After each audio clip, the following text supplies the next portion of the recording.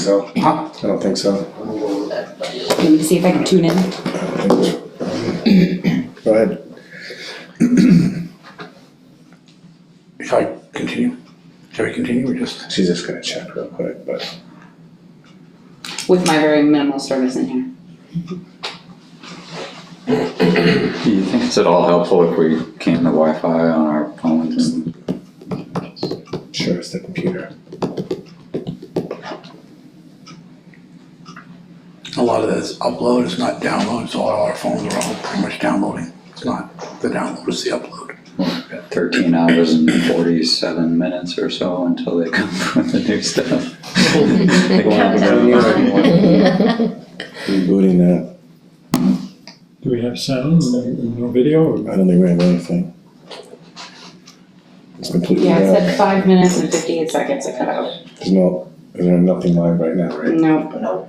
Does anyone have access to the Facebook? Is it Facebook streaming? Or YouTube? We stream live to YouTube. If you have the account on your phone, you can just prop a phone up. Is it recording? No. I don't Yeah, it know. has to be able to record. I don't know if it's recording. YouTube does both, computer or right? You not. stream it on YouTube. We did that the other day. We were recording. Is Jen in there? Yeah. We'll go check that. Yeah, we just We're recorded. getting new IT tomorrow. Yeah. That's exciting. Yeah, it is That's exciting. Yes. It's exciting. Is that involving me at all?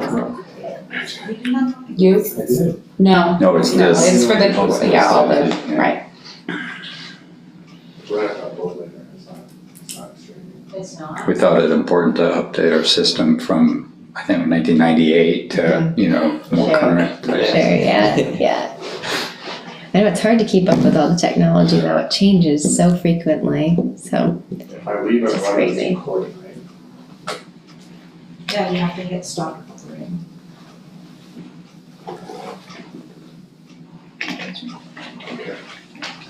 Should be recording. So if we get that, go for it.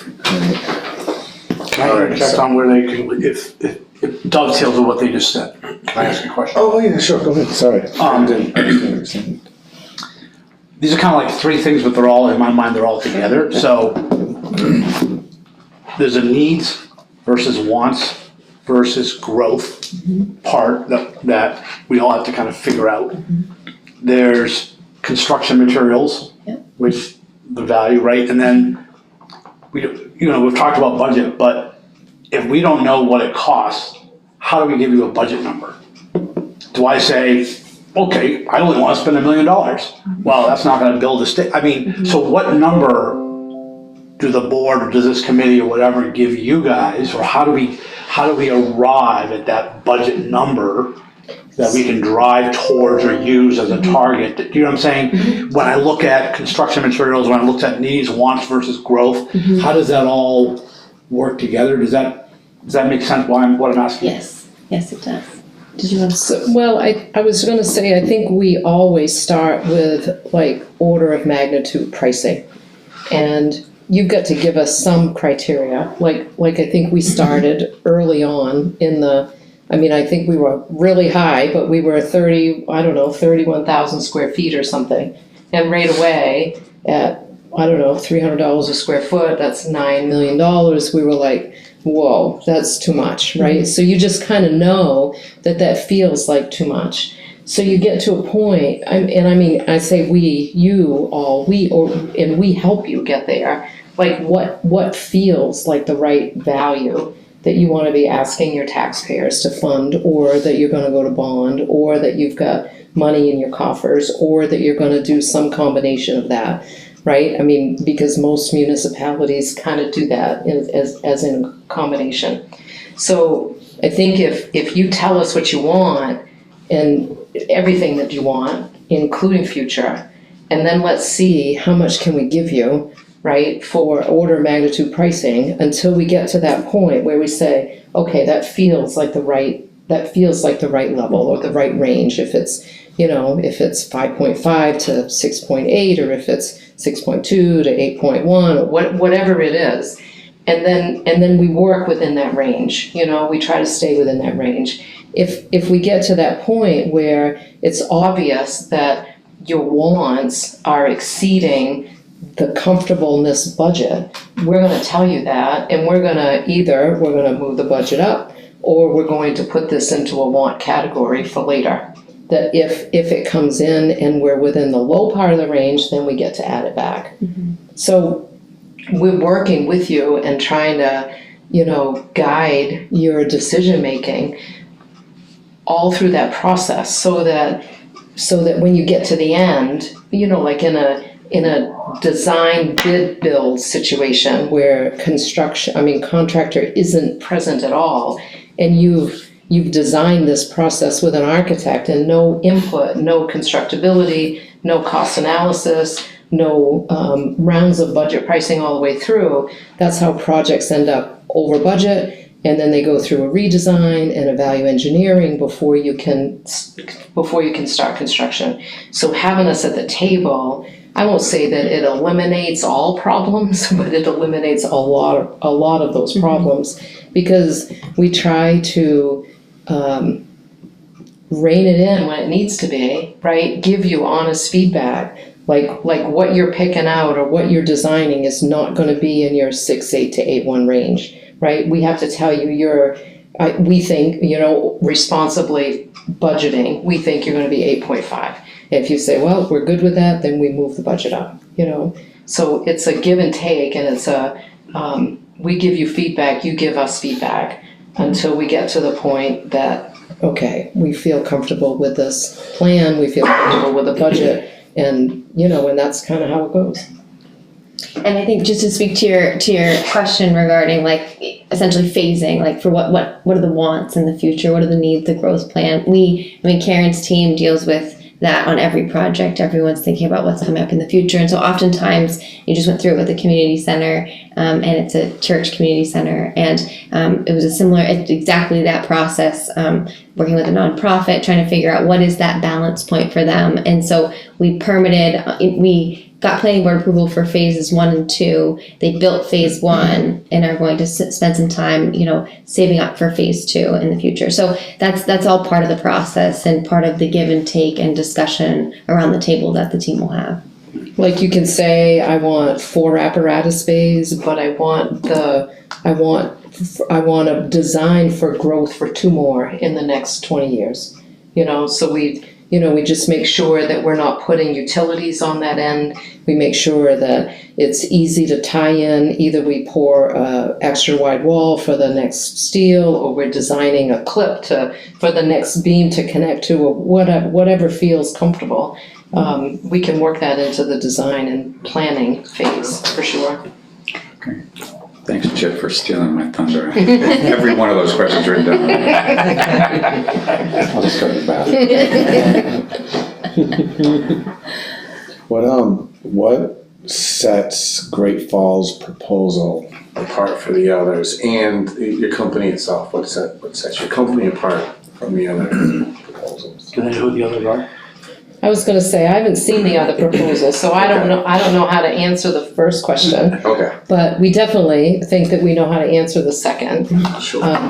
So why don't you start, because I've been doing all the Yeah, talking. sure. No, I'll jump in. So I think the first thing on our team is self-performance. Our team, we're 65 employees, established in 1988. So we've got a great group of people, lots of craftsmen and women. So our team, some of our competitors might not have as robust of a team that self-performs work. So for example, we have 7 full-time carpenters on staff that do really complex carpentry scopes or help to infuse more labor into projects when necessary if subs can't keep up or the scheduling is really tough. It's no surprise we live in a state with a small pool of workers, not that many going into the trades these days. So certainly, certainly, your chuckles over there. Yeah, so certainly bolstering our team with the skills and abilities necessary to execute projects when the schedule and budget demands it is something that sets us apart, I think, through and through. And so I'd said carpentry, we've got a small, we call it boutique site work, but we have all the equipment for small site work items that the larger folks. We work with all the site contractors around, but they tend to focus on the larger scope items. So when there's a small issue or small scope item that they just don't have the ability or interest in coming to, we have the ability to jump in and get that done in short order and all the equipment to do so too. So I would say that self-performance is one of the big things that sets us apart from the competition. If you guys have anything else to add. Joey doesn't have anything to add. So, no, I think Julie did a great job. I think that we do have a team of seasoned and really committed individuals who help see your project through. And we hear a lot of really positive feedback from the clients, all the multiple clients that we work with that just, I don't know, is that too bold? Is it they sing our praises back to us because of the honesty, because we come at every project with honesty and integrity and a desire to give you a really, really good project for what you're spending your money on, because we know that it's hard. Municipal work is hard. You're beholden to your taxpayers. You want the very best value for them, and we try to give you, bring that value and with integrity to your town, for your town, to serve your people, to save your people and fight fires and be safe and save people. We know what an important job that is. Right?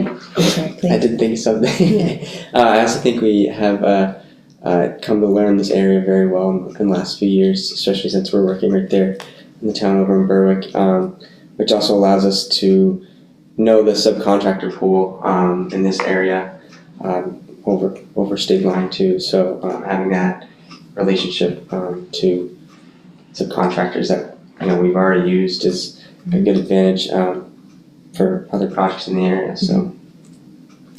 Yeah, and I think so. Obviously, your end goal is to have a beautiful fire station that works for your team and works for your community, and helps keep people safe. And the process, we think the process is just as important as the end goal, because it is a process, and certainly a new one, especially from every municipality we work with. You don't generally build new buildings all the time, so it really comes around once every 25, 30 years. And so we understand that.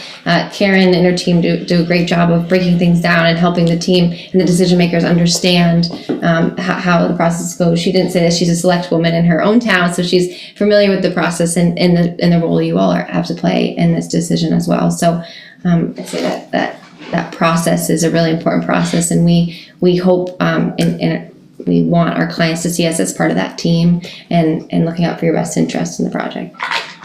I know, partnerships, that's really what matters, relationship. One of our mottos at Great Falls is everything matters. So, we really get it, but we work hard to make sure that the relationship is solid, give you everything that we should be to help you make good decisions. Julie a couple of times has been saying Karen and her team. So do you want to talk about that team? Yeah. No, it's your team. So we have a project manager in pre-construction, and we have 2 senior estimators in pre-construction, and we work pretty closely with Joey in marketing for, because I can write and I understand construction, but I can't do this kind of stuff. So we definitely need help in that department. And obviously work side by side and hand in hand with Julie every day about, where the company is going, where we need jobs, where our growth is. And then we also do leadership team meetings within our company to talk about operations. And when we have, operations teams coming up, because obviously Lebanon would be one job out of, we perhaps have 10 to 17 going at one time, not all this big. Some are very small, some are residential. We work across a lot of different industries. So we have a lot of different team members that are available. So we're constantly looking. We've got a great big board. So it isn't just pre-construction and estimating, but it's also where we are a funnel for the whole rest of the company, really. And so anyway, that's part of the team structure. I just have two questions. I'm curious, obviously, you guys have done this, you said 1988, you guys have been, I mean, the company's been around. I'm curious of how many fire stations. I know you do a huge amount of different types of buildings, but how many of them are fire stations? Are you experienced in fire stations in that process? So I can think off the top of my head, I would say we did Lewiston, we did Cache Corner, Limerick is under construction right now. We're in design for Sebago Fire for addition to their job, and that's just in the last 4 years. South sorry. Portland's in here, I think. South Portland, yep, so you can remember better than I can. Well, I Just having know, to a look lot of at it, it. yeah, a lot of Yeah. it is in there, but I just want, in case Wyndham. people don't read Yeah, what they no, publish it's here, safety, right? Wyndham. That you So guys we are just- experienced in this, and this is. Yeah, so this, an existing fire station that we added onto and kept them functioning 24/7. We just did that, a year and a half, I guess they're in it for a year, give or take, I think it was about July when we finished that last year. But before that, I can't remember, you know, So several, I guess, Several. I get I would guess more I get the gist, yeah. several. And Also public works, right? We've done quite a few public works, which I know fire is slightly different, right? You have, you know, your 24/7 operation, you have different, but public works buildings are, besides offices and sleep rooms, which, you know, but they're a lot of the same kind of stuff that you want in there. You want to be able to wash down trucks, you want, you know, trench drains, you want hose reels, you want air, you know, sometimes you want air, you know, the Plymouth vent system, the exhaust system is what I'm trying to think of. So yeah, we've done, I don't know how many public works, probably 7, 8, you know, so I would say similar projects, you know, more than a dozen in the last 4, 5, 6 years.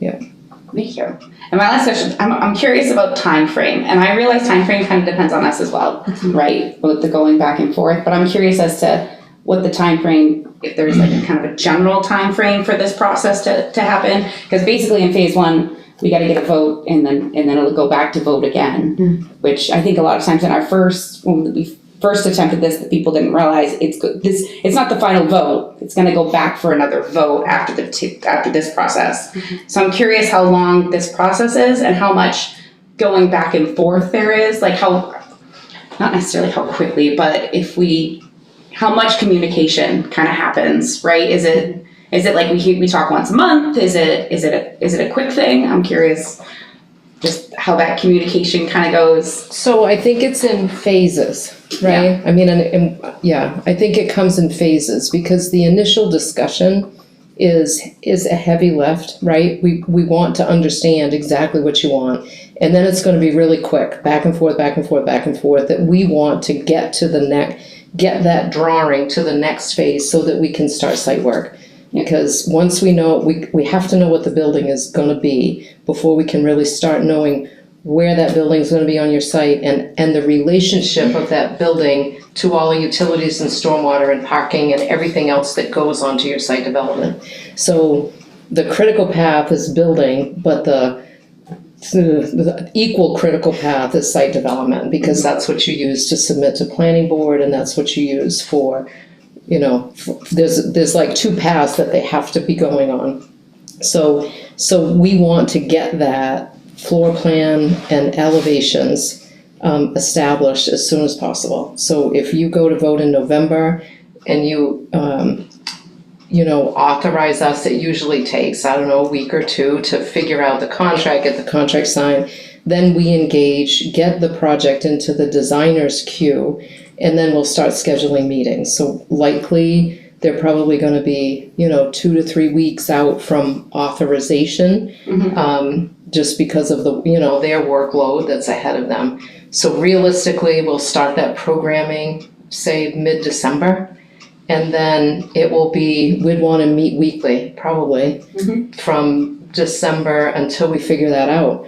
Whatever that is, maybe every other week, maybe we could do Zoom, I don't know. But at least every other week until we have nailed down the footprint of the building. And then we kind of go to work and you guys get a break for a little bit. And then as site is developing and we can get planning board submission happening, right? Because there's a lot that has to be designed on the site. Then usually we don't take the architectural building design further till we know that we have planning board approval, because we don't want to spend your money on a job that can't be approved, right? So that's usually the trigger, is hurry up and get your building, then get your site, then go to planning, get approval, and then we hurry again with, not hurry, we don't rush you, I don't want to make it sound like, but that's when it gets busier for your team, is, and then, I don't know, if that is a 4-month process, maybe, is that it depends on you. Right, I realized when you said that, I know it has a lot to do with Like Limerick, us here. but- yeah, and that's assuming that there aren't any obstacles to get through, that DEP isn't triggered, that's a big one, right? If we go over 3 acres and if we go over 30,000 square feet, then it triggers a DEP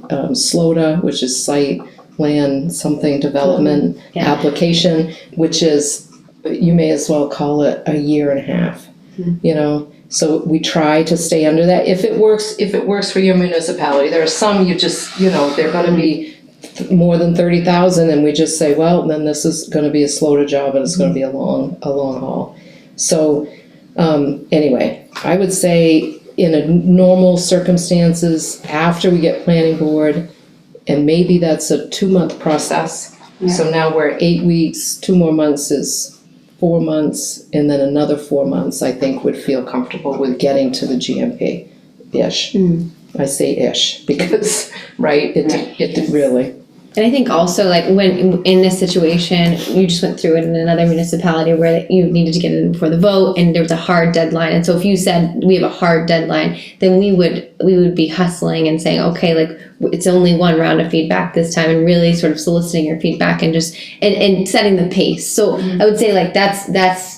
Well, we're working with another municipality right now on a project where they have set their budget for us, right? They know what they want to spend. And so we're helping them to figure out how much can they get for that money. They're going to the vote all in, design and construction all in, and we haven't even started designing. So it depends on our comfort level. If we want to go to vote, say in June, then we could say, here's what the budget's gonna be, this is what we figured out so far, and then we carry a healthy contingency for things that we don't know, and you get approval, and then that is the budget period. So we're willing to work in whatever process you all feel the most comfortable. And that answered my question, because if we are constrained by voting, Yes. if you're willing to help make our timelines. Right. So, yeah. Oh, we absolutely are, Yeah. Thank you. The process can be whatever you all want it to be. There's no hard and fast rule that we have to do it this way, and we're way more flexible than that. We'll help you try to get it to any schedule that you need it to be. Thank you. You're welcome. Stole more of my thunder. I wrote it down and I saw you look at it. Can you go into a little more detail about the geo side of it? Like, so we have 2 pieces of property that we're thinking about. We have a preferred site, and I understand you're saying you need to get the elevations and a basic floor plan and whatnot before you jump to the actual digging and that kind of thing to see about land. But are you going to look at the sites and have you had a situation where, yeah, this is a great preferable site location, you've got land, this is in the center of town, it's where you want it, and you look at the ground and you go, ain't gonna happen. Or maybe, can you go into more detail about how the groundwork part of it plays into? You mean decision making on the site? Right. Yeah, on which site to Which site, on. what has to be there for a site? Absolutely. For sure. Yeah, absolutely. So the civil engineer helps guide that. The first thing that they're probably gonna wanna do is walk the site. They survey to make sure, I mean, you probably already know that you've got enough land, Right. right? We have to make sure that we meet setbacks and zoning. So once those boxes are checked, then we look at wetlands. And sometimes they'll wanna do topography of wetlands if it is a wet site, and figure out with stormwater, because I don't know if you know, but stormwater management is you manage your stormwater on your site, Right. and it doesn't go anywhere for a long time, right? Gives it time to drain out the natural way instead of runoff. So if it's naturally a wet site, then they look at, do we have to impede wetlands in order to locate the building? So if you want that done early, before we do any planning, we can do that for you and do that analysis on both sites. If that's your preferred, they would do wetlands topography. And then if we say, well, give them a little bit of criteria, like it's gonna be a 22,000 square foot or 25 or whatever it is, and they'd figure out how many available square feet you have, and then could we fit that building here, or here, here, here, Right. to avoid wetland impact. Because what you want to do is you want to avoid wetland impact as much as possible, because building in wetlands is not, right, it's not the cheapest way. It isn't the best way to spend your money. And if you have to cross wetlands, usually that involves buying it back, right? Julie can speak to that better than I can. So, yeah, if that's your priority, then we would make that our first priority. Because we're having a study done on a location, prime location study done, or whatever that's called. They're gonna look at the town and, Joe and everybody's sending them a ton of information, and, they're gonna say, this is the best place to put your fire station. If we don't own land there, and we give them our options, we have these two pieces of land, we'll say, of those two, this is the best location for responding to calls and, all that side of it. But is it a suitable location geographically for, not geographically, but logically, thank you. For that, and if it is, great, but we want to know that pretty early in the process. And who's doing that work for you? So who's doing the location study? Yeah. Dynamics. It's Dynamics Consulting out of Florida. They did ECRI. I think it's the ECRI. Yeah. Might have, it's a company if you've heard of them. I haven't. They were their primary. They're like international. So they're doing one like they've done some for Falmouth and they're doing one for Alton. Yeah.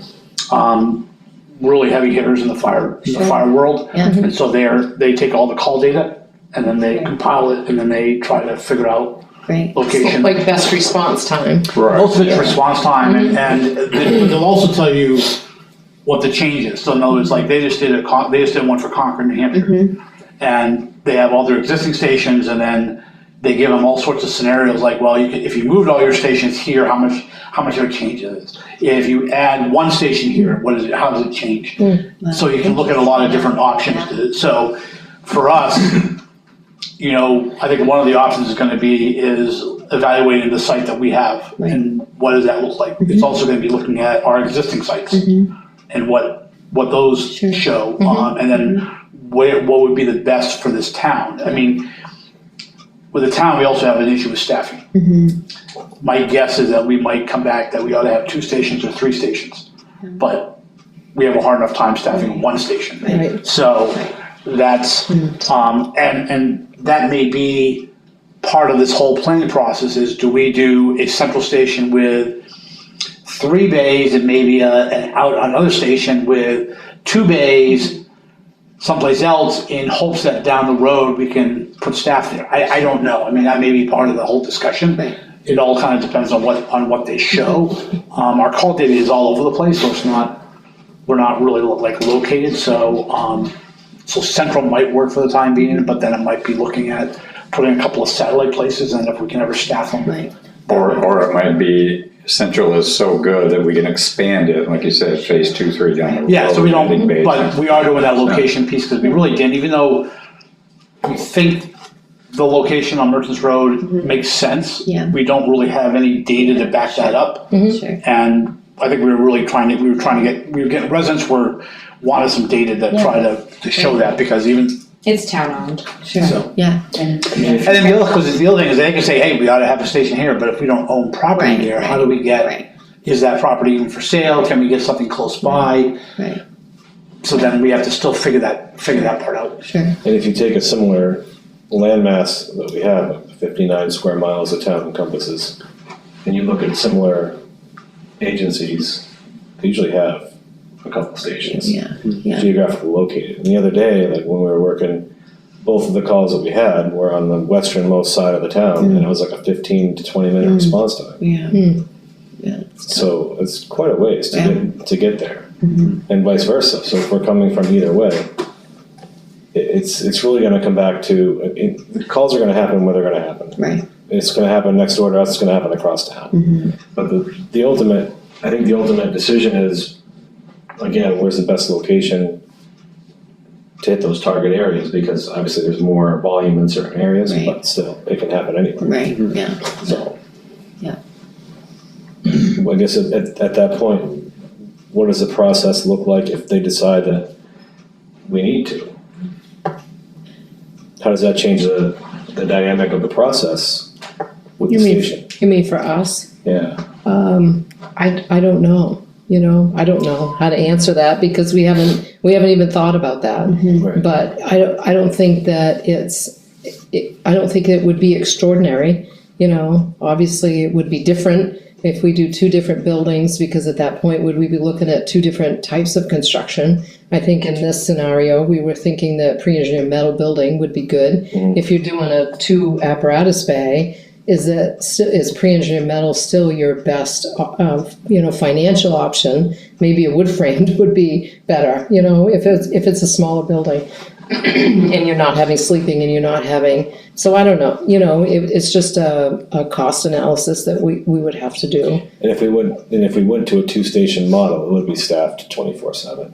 that's really what it Would have to be. Yeah, Because if you take into account that 15-minute response time, worst case scenario, Mhm. you know, you're doing bystander CPR for 15 minutes before we show up. yeah, It's a long time. It is, definitely. Yeah, it sure is. I think that sounds to me just off the cuff. I mean, obviously it's new information, but I'd say it sounds like a phased approach to me. I know Lewiston is doing sort of a similar thing where they're building. We built one of the substations. They're still looking for land on other ones and working through Which one design. did they build in Lisbon Street? We did the North Temple one. Yeah. 55 North Temple's one we did, and I'm not sure where the other ones are. I don't know which one it There's replaced. one at Sabatis, there's one on Lisbon Street, Central's downtown, obviously. Yeah, I don't know which one it replaced, but it replaced one of the older stations. Yeah. But anyways, so I mean, you sound like you're familiar with what they're doing there. So it sounds like a similar model where you'd phase in, you know, different stations. It would just be sort of maybe a reduced down central because, you know, in a couple of years down the road or whatever budget allows, you're building a 2-bay and on the west side or whatever you decide. But it sounds like that's a worthwhile study that you're going through, and it will bring some good The city of data. Westbrook does something similar too. They Yeah. have their cash corner, Pride's Corner, Pride's Corner, yeah. Pride's Corner. Yeah, I'm not familiar with the Westbrook process, but that's, sounds like a, To your geological question, back, just following up on his question, it's been mentioned a couple of times, and I think it's been heard by people that we want to avoid DEP because of the permitting, because of that, their whole permitting process, but it almost makes it sound like we're therefore that we can do whatever we want to the environment, because we don't have to bring DEP in. Oh, And I just wanna, Oh, no. I just wanna No. clarify that for those listeners who may be We listening. still design to DEP standards. It just doesn't trigger a very heavy-duty site law development application that they term as SLOTA. And SLOTA is just a process that you submit to DEP, and then you kind of sit and wait for them to get back to you. So I mean, we still aren't gonna, if we don't do that, we still have to stormwater. follow Oh, stormwater. absolutely, have to You know, follow we site still have law. to do all We the, still all the follow site laws law, yeah. about wetlands Yep. and all that stuff. Correct. None of it's that about gets- size. none of It's- it gets- right. Correct. right, It's it comes just down to size. size, right? Like the mass of land that you're building on, it just, like, it's 3 acres is the tip, and I think it's 30,000 square feet of impervious, so that's the tipping point. It goes to DB because the size of the project is large enough for Triggers them that to review. trigger it. Right. But it's all designed to the same standard, it's just a size Correct. thing. You have any more questions, Kevin? We have to comply with site No. law, period. Yep. And that's why, I mean, that's why we design it and goes to your site planning department. Yep, And the engineers. and the Do you engineers. have more questions? Do you have any more questions? I do, but Paul hasn't spoken. Oh, I'm fine. Letting us do all the talk. Process for subcontractors. So if we're gonna spend $9 million in town, it would be nice to be able to share that with some local subcontractors if they're suitable and if they're experienced and if they could be. So how does that work? Is that something that they reach out to you guys and say, hey, we'd be interested in bidding on this project or working on this project or something like that? Or, because I'm sure you guys have preferred subcontractors that you like to use, but Yeah, it's a good question. So it's a great question actually. Subcontractor pool is our list is about 1,200 subs deep, and in Maine that's quite a large amount I think. But certainly we always look locally. Generally speaking, the value is in the local subs. So we always look locally. Joey mentioned we have quite a few relationships in this area because of some projects we've done recently. But our subcontractor list is established through a rigorous process. We have a pre-qualification process for our subcontractors to make sure that they're able to complete the jobs. And generally speaking, some have talents in residential, some are talented in commercial. And so we get to know all that information. We host interviews similar to this one, oftentimes with subcontractor teams to make sure that we all know each other and we're all comfortable with the level of work required to complete a Great Falls project. So we have, and we do references as well. So for new subs, that's always a process. Annually, obviously, always keeping up on insurances to make sure everyone's doing what they need to do there. And so I would say that we're always welcome and we encourage new relationships for subs and for them to reach out to us if they're interested in working together. And we go through that process. So we go through that pre-qualification process with the subs that I mentioned there. So thanks for mentioning that. so if we were to select you guys for this project, for this design build and then the build after that, so then once that would happen, then it would make sense that those subcontractors should probably reach out to get themselves on your list to go through that process. Yeah, at any time they'd be welcome to reach out. Because if they wait till it's already going into construction, it's probably too late. Correct. Because there's a whole Correct. process that, Correct. right, Yeah. so it's. Yeah. And their schedules are as such that they book out quite far in advance as well. So we don't wait. Karen's team doesn't wait until we have the GMP to be notifying subs that this project's coming because their queues are long as well. So we want to make, especially nowadays, so to make sure that people have heard of the project and know that it's coming. And I don't know if you want to speak to sort of your process in that or add anything there, but. I don't think so. I think you've covered it. You know, we target certain subs that we think would be a good fit for this kind of job. Like Julie said, some would be and some wouldn't be. So we don't just send every job to all 1,200 subcontractors. We definitely have a lot of subs available, but certainly would welcome the opportunity to work with any local subs that are interested in working with us. We encourage that. How does grant funding, how's that approached with you if we decide to pursue grants?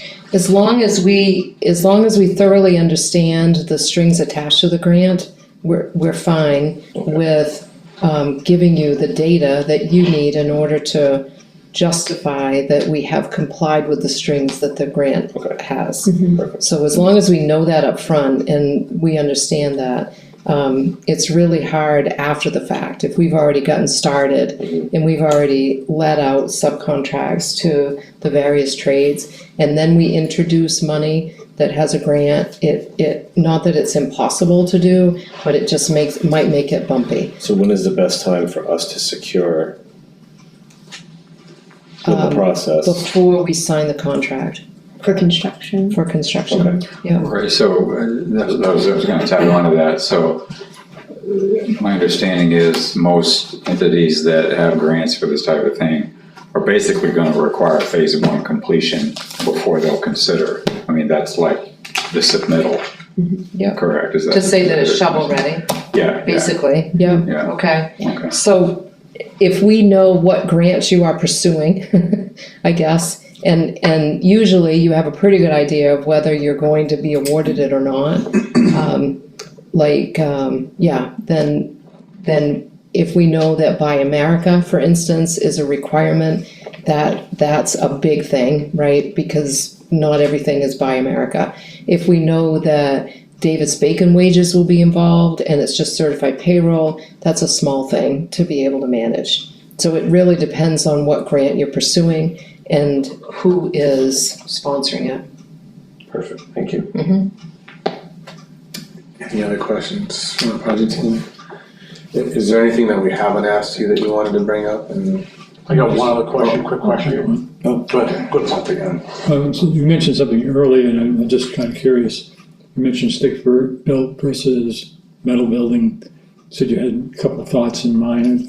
I'm curious what kind of consideration, I mean, because you got an idea how the price range we're in. So just kind of curious what kind of building you're looking at. So for building the size that we were talking about for this project, I think pre-engineered metal would be the best alternative. It really depends on your eave height of the building. Your fire trucks are so tall, and you've got to have such a tall door. And then we take into consideration the header and the door rise, when you roll up your door, how much room you need. And so that really defines the eave height of what your building needs to be. And so we can only go so high in wood framing cost effectively. And once you get over, I don't know, Todd probably knows better than I do, but probably 14 feet, it doesn't make sense to do wood framing, so we change, right, to a pre-engineered metal building. Doesn't code come into play with that as far as the construction goes for It depends on separation. environmental issues like hurricane rated stuff? Well, we can still design Natural disaster seismic, stuff. right? Yeah. We can still design that in a wood frame situation. It's just, we design it that way. But it isn't that it's impossible to achieve. It just is, and it's the same with pre-engineered metal. We always recommend to municipal clients that we're designing to emergency shelter status, right? Or what is that term? I can't remember, but anyway, it means that it's Shelter in place. no. I know what It's just a one level up on the design factor, and so we just recommend that you do that so that it can be used for shelter if ever you want to in the future, and then you don't have to worry about it if we design to that standard. So that's what we recommend. But pre-engineered metal, really, the decision to go from wood to pre-engineered metal is eave height and span.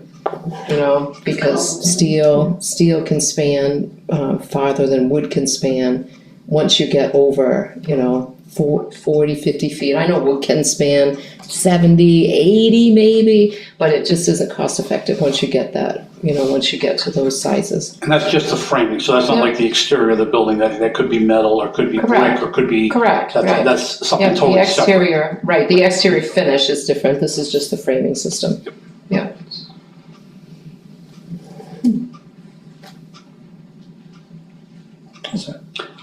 Last, soft costs, which probably aren't for you guys to deal with, because you don't deal with that, but what do we, when you have a fire station, you have a brand new fire station, then you have to equip it, right? So when we're thinking of budgets, there's a soft cost of all the stuff that we gotta put in it.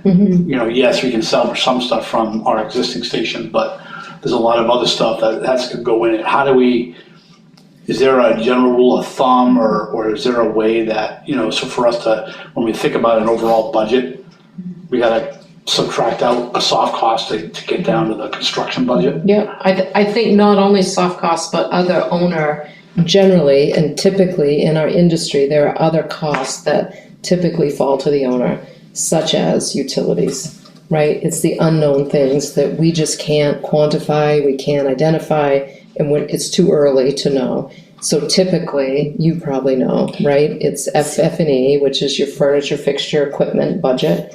It is utility extension of any kind, be it power, water, sewer, gas, or tel data. The systems that go in, like phone, intercom, access control, security, cameras, audiovisual, any a system that you are gonna use in your building. We can put in the pathways for it, we design that all the time, but then usually once we're gone or at the end of the job, you bring your vendors in to do, because you know who you wanna work with and who's doing your systems now, usually. So all that kind of stuff, telephone, data, closed circuit cameras, security system, access control, all of that stuff is usually in your soft cost too. Do you guys help us with that? Is that Yep, we is can, that part and of we this can. whole thing that, Yeah. that you guys can, rather than this board being the GC for all these soft costs, is gonna be Yep. talking about making it a mess? We can give you who we use, ADT for our security, this and that, but the Absolutely. We help coordinate it, we have meetings about it, we talk about it, and we can carry it or you can carry it. It makes no difference to us as long as somebody's carrying it. But what we don't want to do is get to the end, get near the end and we've listed it on an exclusion somewhere and we haven't talked about it and somebody doesn't understand, so we definitely bring that up early on, like who are you using and let's get their contact info so that we can reach out to them and see what their budget's gonna be to fulfill the need of the station. Has anyone done an integrated solar array? South Portland Public Works has an extensive one. Yeah. I wasn't involved in that project, but you were. I've done solar, not on fire stations, but I've done solar on other buildings, it's the same, same idea, I Is there think. substantial savings with the solar? I think, so what I hear is that you get your payback in less time than the life expectancy of the PV panels, as well as, but they're usually because of tax breaks, which I don't think would apply to you guys because you're tax exempt. So usually a private developer is getting tax breaks on their income tax and that helps to pay back. But, so PV panels just reduce your power consumption, I think. Yeah, and we've done a lot of building to prep for PV panels, and because they didn't fit in the budget initially, because it is a significant cost for PV panels. But obviously, we're moving towards that direction. So we've done a lot of preparation on a few buildings recently for future PV panels. There's a lot of grant funding out there for those too. If you get your hands on them, but. Yeah, I think it all depends on how you plan to utilize them too. Like a lot of people we know sell back to the grid if there's an extensive enough. It's just that, the fire trucks in and of themselves charging when they're just sitting there. All the stuff that's in the trucks, charging when they're just sitting there.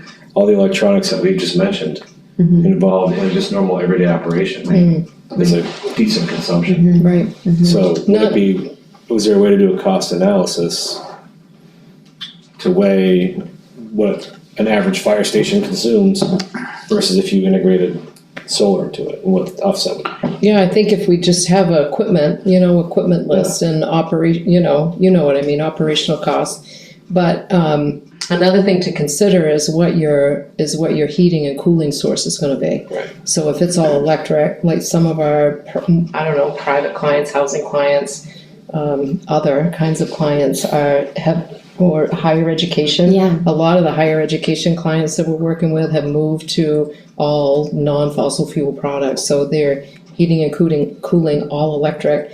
And if you're doing that, coupled with everything that you just named, it may be worthwhile, to use PV panels to help offset the expense of that.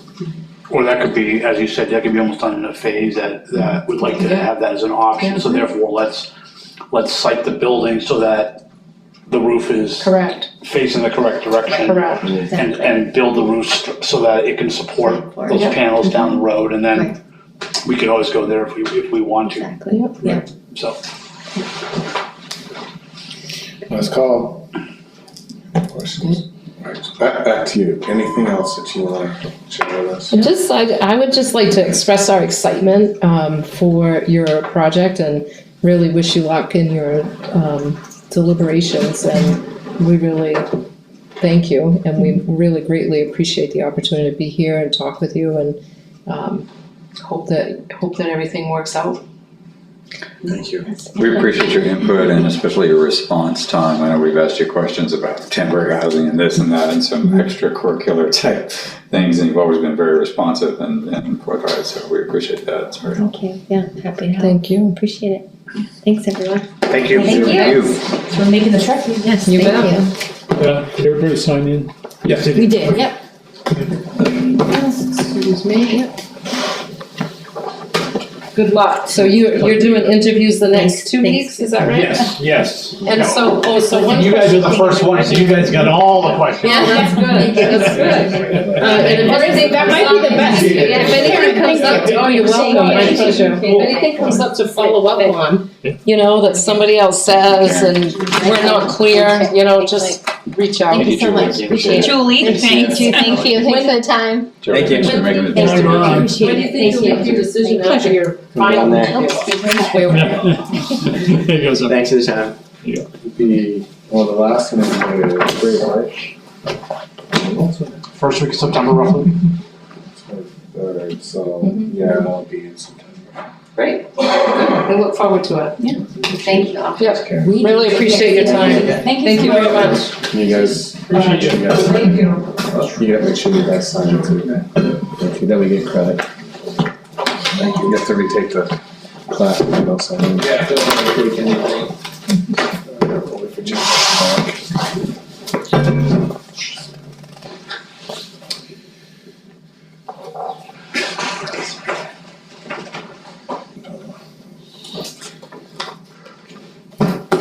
I'll just mention, I updated the notes, changed the format a little bit, cause I just put it on separate pages because the vehicle area is growing. And I cannot find my notes from last week, so when we go through this, if you see something I forgot to change, please let me know.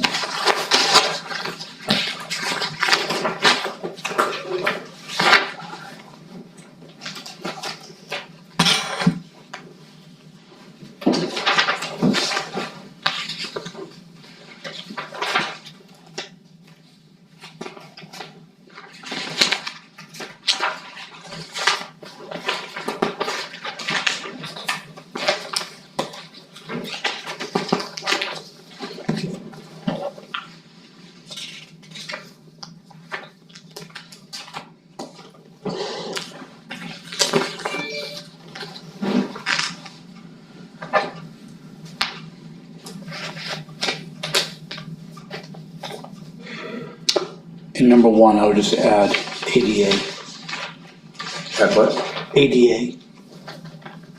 Oh, that is in the new RFP, but thank you. I know it is, but it's just not on Yep. here. Very good. Wrote it down this time. Wow. I wrote it down last time too, this last one. Oh, here he comes. I was waiting for Joe. So number 1, on Station 1 recovery is our housing solutions. I did remove the items from the list that we deemed we weren't gonna pursue any further. We're not pursuing renovating any longer as well. Is that a final decision? Thank you. Are we past the point of no return on that? The timeline to renovate? Yeah. Well, you know as well as I do that training room, it flooded again last night. So Yes. there's water throughout that floor. Yeah, that's, I think we've identified where it's coming in. Yeah. That is the exterior door, the framing around the door, not the jamb, what is that called? Fascia board? So what is it called on the door? The fascia board on the door. Trim board on the Trim Side board. of the frame, door. Yeah, so the trim board behind it is hollow and just spray foam. There's actually no cinder block. So there's nothing sealing that. Water is just so, there's what, a 3-inch gap on both sides of the door. Yeah. So when that water pulls up, it's just running right in. So it's not going under the door and it's not going through the cinder block. It's going behind those trim boards. I took a video of it, but you can actually see the flow path. The water's flowing towards the center of the room and it goes all. Does that go to that back corner then? Do you think that's where that back corner water was coming It's from? basically flowing from the slab Yeah, on that north side. yeah, I took a video. To that I corner. sent it to you. So do you think it was like because of the floor on it was squishing it out over there? Do you think that's? Going under the floor. It was flowing Yeah. all across the whole. No, I'm saying, Joe and I had, if you go into the room, the far right. It's because of the way the corner. floor is pitched. So I'm wondering whether that water from the door over here was making its way all the way over to there. As you walk into that room, you have the kitchen on your left, you walk into the entryway, the back wall, Right, which would be the Charlie side of the building. Yep. And you have the Bravo side of the building with the doorway. Yep. Water's coming from the doorway, from the Bravo corner. That's when I said flow, it was flowing on top of the floor, all the way to that corner. Yeah. right, but I'm saying, we saw it when Previously, yeah. there was. Oh, when it came up underneath, The floor was Yeah. already down, and we saw water on that far corner, it's where that. away from the door, and we didn't know Well- where that was coming from. When we looked outside, it didn't look like it would be Yeah. coming there, it was probably coming all the way under. So we went back when the rain stopped and the puddles went down, and it dried out from the door, dried out to that back corner. That back corner stays wet. So that's just a low spot of that That's the slab. low spot. Yeah. And the problem is, if you look at that slab, when you stand in the middle and have the door in front of you, looking out towards the trailer, you can see the floor is actually pitched. So that back corner must be sinking. Okay. Well, let me dovetail into a separate discussion. So Joe and I went and visited New Style, and Kevin visited 2 or 3 3, but one of them is not an option, so. in Oxford, and we have emails out about that. The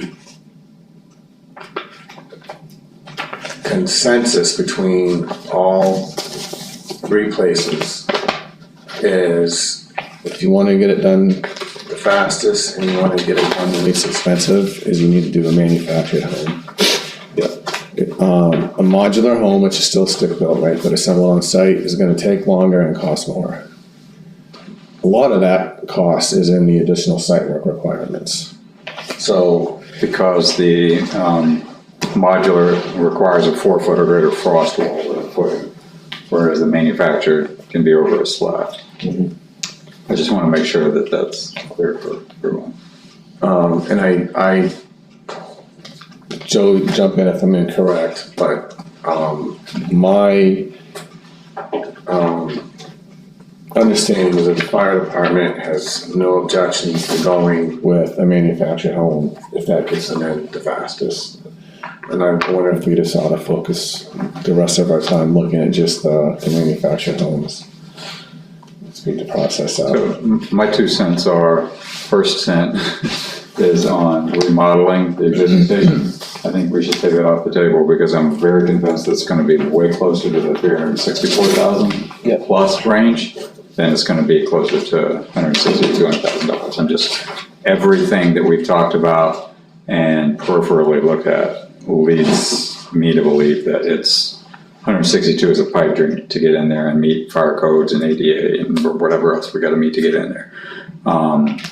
My second of the 2 cents would be that a manufactured would be the way to go for those reasons you just mentioned, cheaper, faster, more readily available. And there are varying qualities in manufactured homes. It's not just like your cheap mobile home type of deal. Just in the 2 companies that I looked at in Oxford that offer them, I noticed a pretty significant difference in the quality. And I think I made a note in my report on that. And I think that it will last very minimum, our expected life expectancy of 3 to 5, 6 years. Hopefully a new station won't take that long, but if it does, but the onus really, like anything, is gonna be on how well it's taken care of and maintained. They will last. I used to own a mobile home that was 30 years old and completely fine, livable, functioning well, everything, because it had been maintained properly and well over its life. So those are just my inclinations that we really should, especially because we're crunching time now, is focus on manufacturing. That would be my preference. feedback we got from New Style and that Kevin got from the Oxford companies was if you want to get it in this year, you're going to have to do manufactured. I'm not going to get a modular in this year. I guess what's the time frame looking like for the board to approve which one we're going with so we can move forward with this process sooner than later? Well, if we narrow it down now, because we need to adjust the RFP anyway. We have one to look at tonight. So if we narrow our choice down, we put the RFP out, we just that without choices on it. We want a manufactured home, that's it.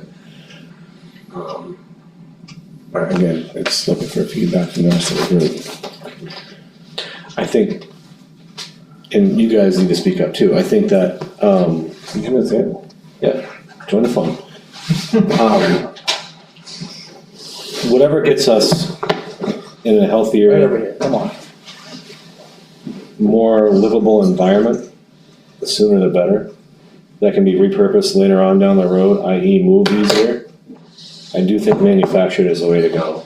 Because if you do modular and you build it and you put it together, it's gonna be a nightmare to pull it apart once it's settled. You're not gonna move a And it's modular. gonna be a royal pain. So Right. I just think that Not cost. for repurposing something down the road, and time is of the essence at this point, I think the manufactured option is what we need to do. Does anybody have concerns or opposed to not pursuing modular renovations anymore? I can give you a simple answer, but that wouldn't be me. Simple? Or a quick answer. Definitely not quick. Yeah, quick. Quick talker, go.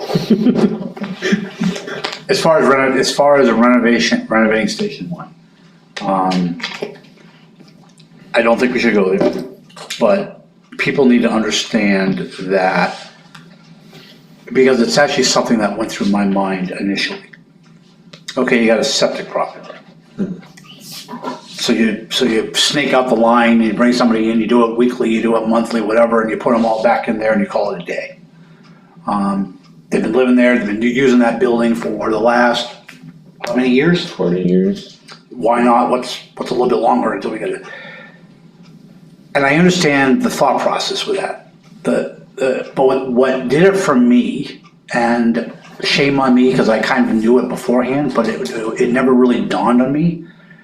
We should never have had responders in that building full-time. In the first place, right? In the first place. It wasn't designed for It was never designed for that. It wasn't built to codes, no sprinklers. You have first responders that preach about safety and fire, and we don't even do it for them. You have fumes that can go into the living space. There's no vapor barrier, there's no sprinkler system. So to do all of that, it's not a matter of just the septic. Because we talked about the septic. We were just gonna put in a couple of bathrooms on the back wall and bypass that whole septic, and that wouldn't be that big of an issue. But it wasn't just that. It was doing everything else in that building that needed to be done would be way too cost prohibitive. Well, I mean, we could do it, but then for what? Because there's a whole question about the floor settling, not being level, holes in the floor that have been created, the roof. There's all sorts of other stuff with that building that maybe still needs to be addressed of some sort, just to use it as a storage building. But if you're actually gonna use it as a living space, is a totally separate issue. So that's why I'm definitely not in favor of, even though I've gone down the path of looking at all these different options in my head, trying to figure out a way, because there's no easy option. I don't wanna spend $200,000 either, but we've gone down this road and we have no other options. And that's not, and once you see something, you can't unsee it. So up until then, I can put my little blinders on, I don't see the station, once I've seen it, I can't go back, I can't unsee it. It's not healthy for them. Okay, I'm not saying that the building's gonna collapse, but it's health-wise, it's safety-wise for fire, life safety. Fire departments preach life safety all the time, and we're gonna put them in a building that doesn't meet codes? Doesn't make sense. Well, and we can. I mean, part of it is we don't want to for their safety issue, but we start remodeling that.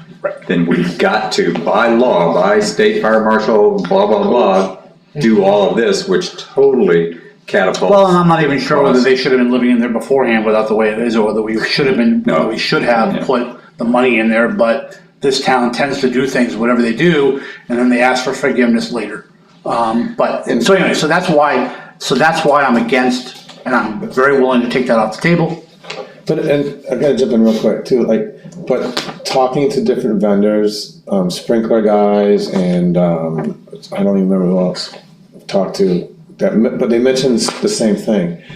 What's happening to us is actually happening a lot around the state. There's a lot of towns, small towns, with outdated fire stations that the state fire marshal kind of just let it be because that it was existing and they had to keep operating and maintaining, and then they're running into situations where they go to do some kind of work or improvement, and at that point, the state fire marshal is putting the line down. It happened up in Sabatas, it just happened to, right? So they got a grant to go put in space for one person to stay 24 hours.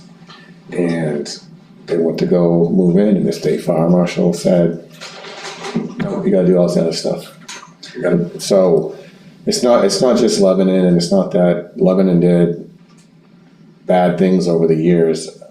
It's just that we're at the point where it's caught up to us, and that's kind of what's happening around the state. So I just wanted to point that out. What's different now? I got a phone call today from Gary Bradley Loon from the state fire marshal's office. And I asked a couple more clarifying questions about the size of the tank. And he says they really can't tell you or depict what size of the tank. That's all based on the engineering and the design of the sprinkler system and the required flow. So it could be 3,000 gallons, it could be more, it could be less. They don't know until they look at the system in the plans. So there's that. And it's pretty cut and dry that it's all based on NFPA life safety code that they go by. So there's that. And if this manufactured option can do that and retrofit a system, whether it's well powered with a pump or we have tanks that are either on site or whichever, however we gotta do it, I feel like we need to move forward with some decision sooner than later because we're running out of time. So the other half between modular and manufactured, agreed. Manufactured, we're trying to find the lowest cost that still gets us what we want, the best bang for the buck. And I think a manufacturer does that. The added benefit is it is portable. Mm-hmm. And so that way it's not stuck behind station one for the next 20 years or 30 or 40 or 50 years, and then we gotta bring somebody in to haul it away like we are with that trailer that's behind there right now. So we can use it, we can move it. It could be used for blood drives, it could be used for meetings, it could be used, because guess what? It's gonna be sprinklers, it's gonna be ADA compliant, it's gonna have 2 bathrooms, so you gotta And be they're able. gonna take really good care of it. And Absolutely we are. and you guys are gonna take really good care of it. So, we are. so my point is that it's actually another short, so the building can be repurposed for something else. We have to find a place to put it, and who knows, maybe it goes up, if we do a new fire station and there's land there, maybe you put it there. And then that could, because there's parking up there and everything else, if we have a meeting area in that same building, there'll be plenty of parking, maybe it makes sense to put it there. But we can fight, that, but at least we have that as an option, that we can move it and repurpose it, and so that 200, whatever it is that we're spending, isn't just for 5 years, but in fact, we might get 20 years out of that. Well, I'd like to put in the RFP, if we're going straight manufactured, I'm losing track of the terms now too. If we're going straight manufactured, I'd like to put in the RFP that they also quote moving the Stephen King trailer. Because they're gonna have the truck and the equipment here to bring the trailer in. Yep. Let's see if they can move one out at the same time, so. Maybe we use it for the chief's office so we can get rid of him. Put them up Okay. against the station. So, Quiet time, thank you. Put me on my own little island, I don't care. yeah, so let me talk about, I don't know the word. I don't wanna say negatives, but it's the only word I can think of. Downsides. So here's the downsides to manufactured, and it's the sprinkler system. I talked to 2 companies, absolutely no problem doing a post-install, post-design sprinkler system. They've done them before for manufactured homes, and it's a lot less money than we initially thought. You're talking 10 to 15,000. But if we're not on city water, my understanding was it has to be tanks with a pump. So if we're in a mobile home, 2 questions is space to take up the tanks and weight. Don't know if the floor can hold. Depends on your water source. So I heard basically you have to have an alternate water source. I heard, so in other words, you could drill another well and there's your alternate water source. Or you can tap off your existing well with another pump. Yeah, So I heard it's an alternate water source is what you need. You can do an inline pump as long as it depends on what your reserve water capability from your well is. If you have enough, if you have a good water table, and you have enough flow rate, and the pump can meet the demand. I did tell them me around the well, and they went straight to the tanks. I'm not sure why. But Well, because the wells are primary, and so therefore a tank would be, but you could, is it cheaper to drill another well and just call that your alternate water source? I don't know. it sounds like at one. No. Actually, I'm glad you said that. Doing tanks, according to the sprinkler companies, doing tanks is much cheaper than drilling another well. Yes, you're right. I forgot. They're drilling another well, but yeah, and you're gonna have to have a flow rate capability. Can you tap another line off your existing well and call I that? think they would have said that, but it was a question we can ask them. But what I You wanted gotta to, route the water there I anyway. thought he said that. Didn't he say that in the conversation today? If your existing well's got enough flow. so it depends on the flow of the well. That's just a dug well though. Yeah. Oh, dug well. Yeah. This year it's great. Last year, Yeah. you know. But that's one of the. Can we throw a submersible in the back 40 there in that hole, that pond back That there? pond. There's our tank. Yeah, plenty of water. But the salesman that I spoke to mentioned, we talked about the tanks going in the trailer and the, what was the word you said? Downside. The downside, right, so weight and space. Their opinion is it'd be very easy to put them tanks inside a station and just run a line out. That's what I was. That's what I was going to. Cause I think they said it's a dry line system, so you don't have to worry about pipes freezing. Right, it doesn't. I wonder too, if, because it's elevated off the ground on that trailer system, if you could build an insulated section underneath and have the pump. Their tanks are. Yeah, I've never seen that The tanks are before. round and tall, I think he said. But yeah, we have the back meeting room, so back Usually meeting room, not just stick one right there in the back meeting room. Yeah. Piece of cake. Yep. What was the other thing? I guess that was it on the sprinklers.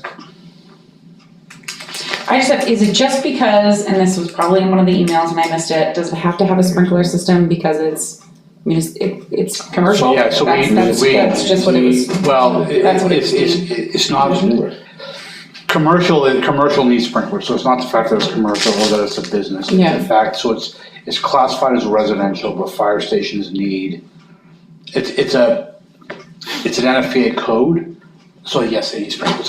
We got an answer from there in a nice long email I thought I forwarded to everybody. No, you probably did. I probably But just, that's, yeah. because I was struggling with, It's detached, it's not with the, yeah, I was struggling with it and I was missing something. but the final answer was So absolutely. that was indeed the final answer. Because the NFPA room and board, it's considered, it's no different than a hotel. It has to be sprinkled. But the pump and the pump room, so that again, we have to make sure that if we have a pump room, that's done, but if that's external, like in the station and that probably will help alleviate that because you have to have fire code for, if it's in the building and you have a fire, you don't want the fire to get to the pump room, there goes your sprinklers. Well, yeah, I think he said the pump is with the tanks. Yes, but if it's in the same house, you have to insulate that from the fire because you don't want it to, but if it's in the station and it's totally separate, that makes that part So like easier. taking a ride in Oxford, look at this place. Well, I've got video walkthroughs and pictures out the wazoo. I mean, I thought about putting it on jump drive and showing everybody, but that's kind of. All right, so I'm gonna narrow this list down to manufactured Can with we just our, get Paul's and Shelley's, are you guys? No, I'm in agreement. I'm fine. okay. I know they speak up, but Paul likes to be quiet, I like to call him. I'm trying to move the meeting forward. I hear you. Sorry. The site work, the only change that'll be there then is it'll be a They're slab. both quiet. Except one, I'm not quiet. Oh, shit.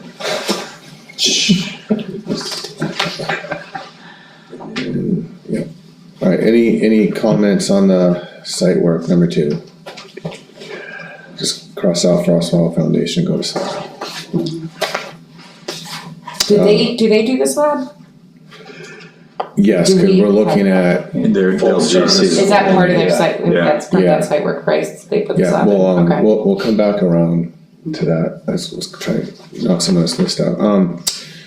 Okay, the storage trailer, Lynn is reaching out to the person who claimed it to see what his plans are, when he's gonna move it. The office trailer, I'm sorry, did you see the latest email on that? no, did she get a reply? Yes. No, I have not She seen. said, if you got somebody else that wants to take it, take it. Okay, so we need to repost it. So she's reached out to number 2 on the list. She kept the list. Okay, very good. Thank you. The office trailer, like I said, hopefully we can get that moved at the same time the new one comes in. Did you ever find out about the old generator, Paul? Any answer on I that? am not getting any answers back from them, so I get a feeling they have no interest in All right, Is that something we could just let go with the trailer, the junk trailer? Well, I think it's worth something in junk. Oh, okay. Probably worth taking note of that, one of the junk scrap yards. don't put it in the metal pile at the transfer station. Well, it's got a lot of copper in it, so Oh, that's right. you might as well make it Okay. worthwhile. Okay. Tree removal is postponed. Winterizing repairs, I'm gonna add on there, we need to seal the door where the water's coming in that we talked about. Scott has not gotten has requested estimates, has not gotten them back yet.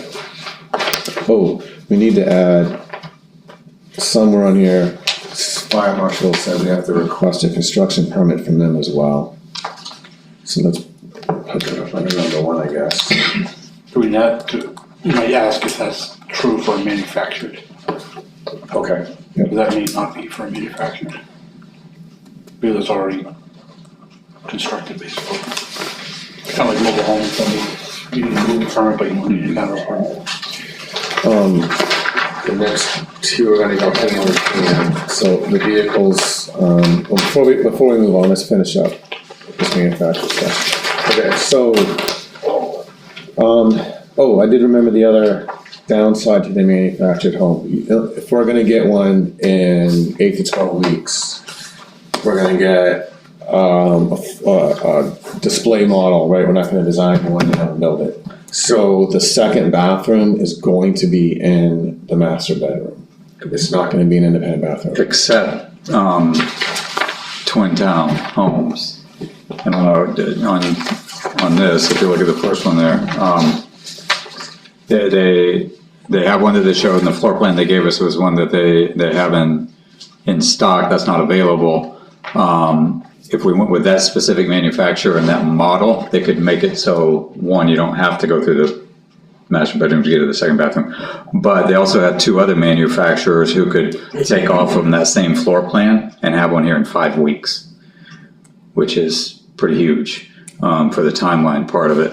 And let me jump to their, Will they be able to do all the site work? yes, they GC the whole 9 I mean, yards.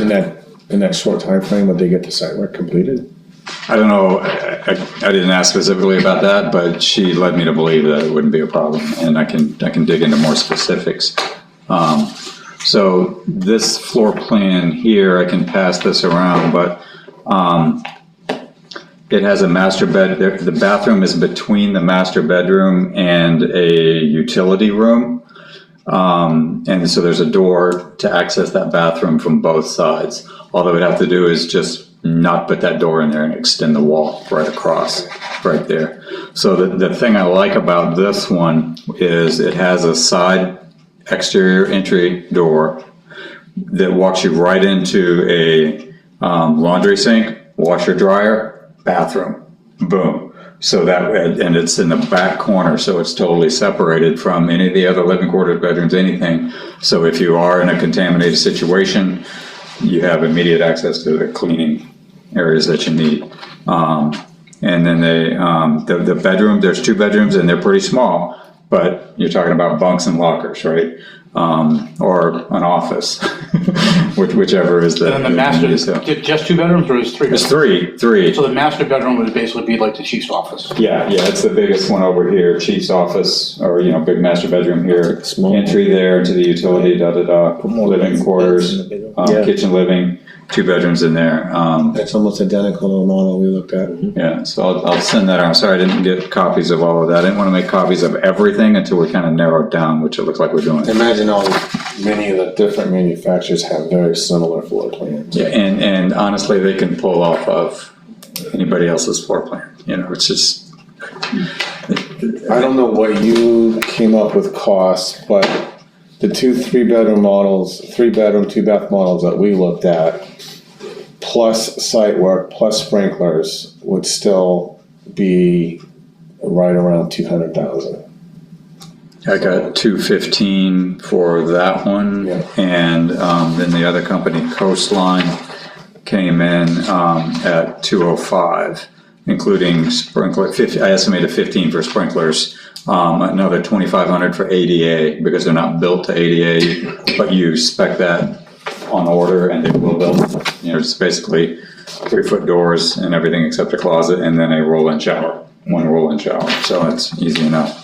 And I kind of had to guesstimate a little bit on site prep based on theirs because their quotes all included septic and a well, which we don't need. And they said, well, you can take off probably 10 grand for the septic, or whatever. Well, so it's still kind of estimates, but once we pursue a company that will come here and look at what we have, and then they can give us an exact cost of site prep. And while we're looking at those 2 companies, and I don't know how it would compare to yours, but I did notice a pretty good difference in the quality build and materials between the Twin Town homes, which is $10,000 more. Than the Coastline, and in my mind, it's $10,000 well spent.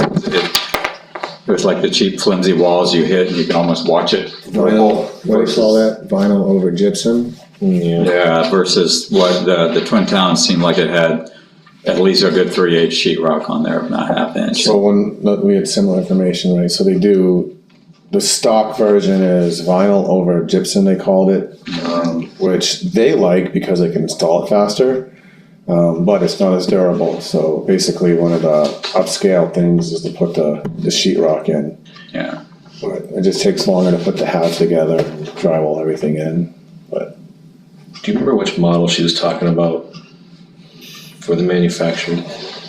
Yes, I know it says here, but do they have, I'm trying to put the layout on mine. it's Eagle River Hudson Series Eagle River. HD 28x50.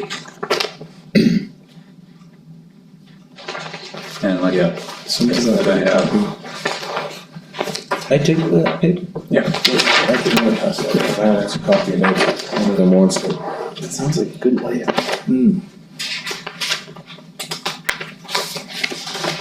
There's the door. That's perfect. That is perfect.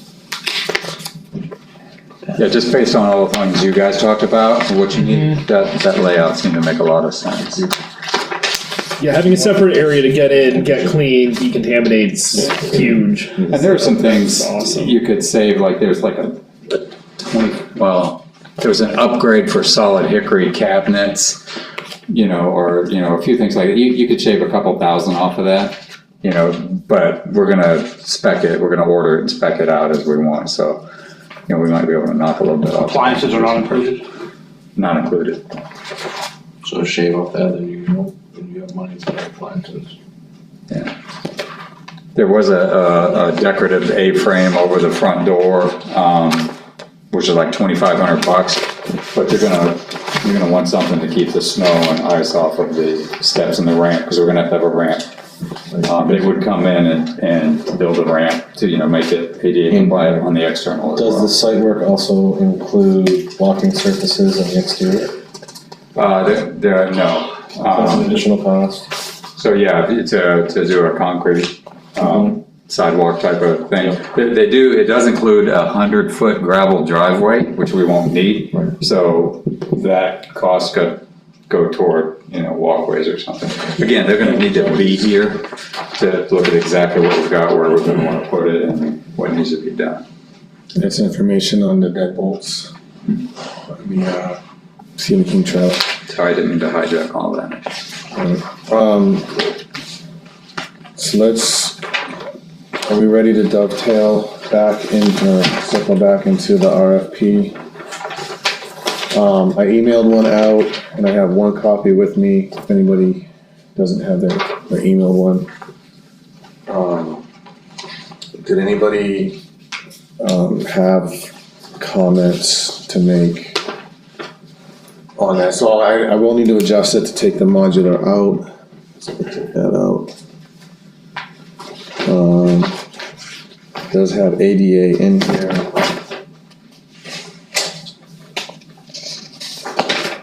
And it talks about, where does it say? Delivery and installation timeline and how that would be, it needs to be ready to be occupied by November 2023.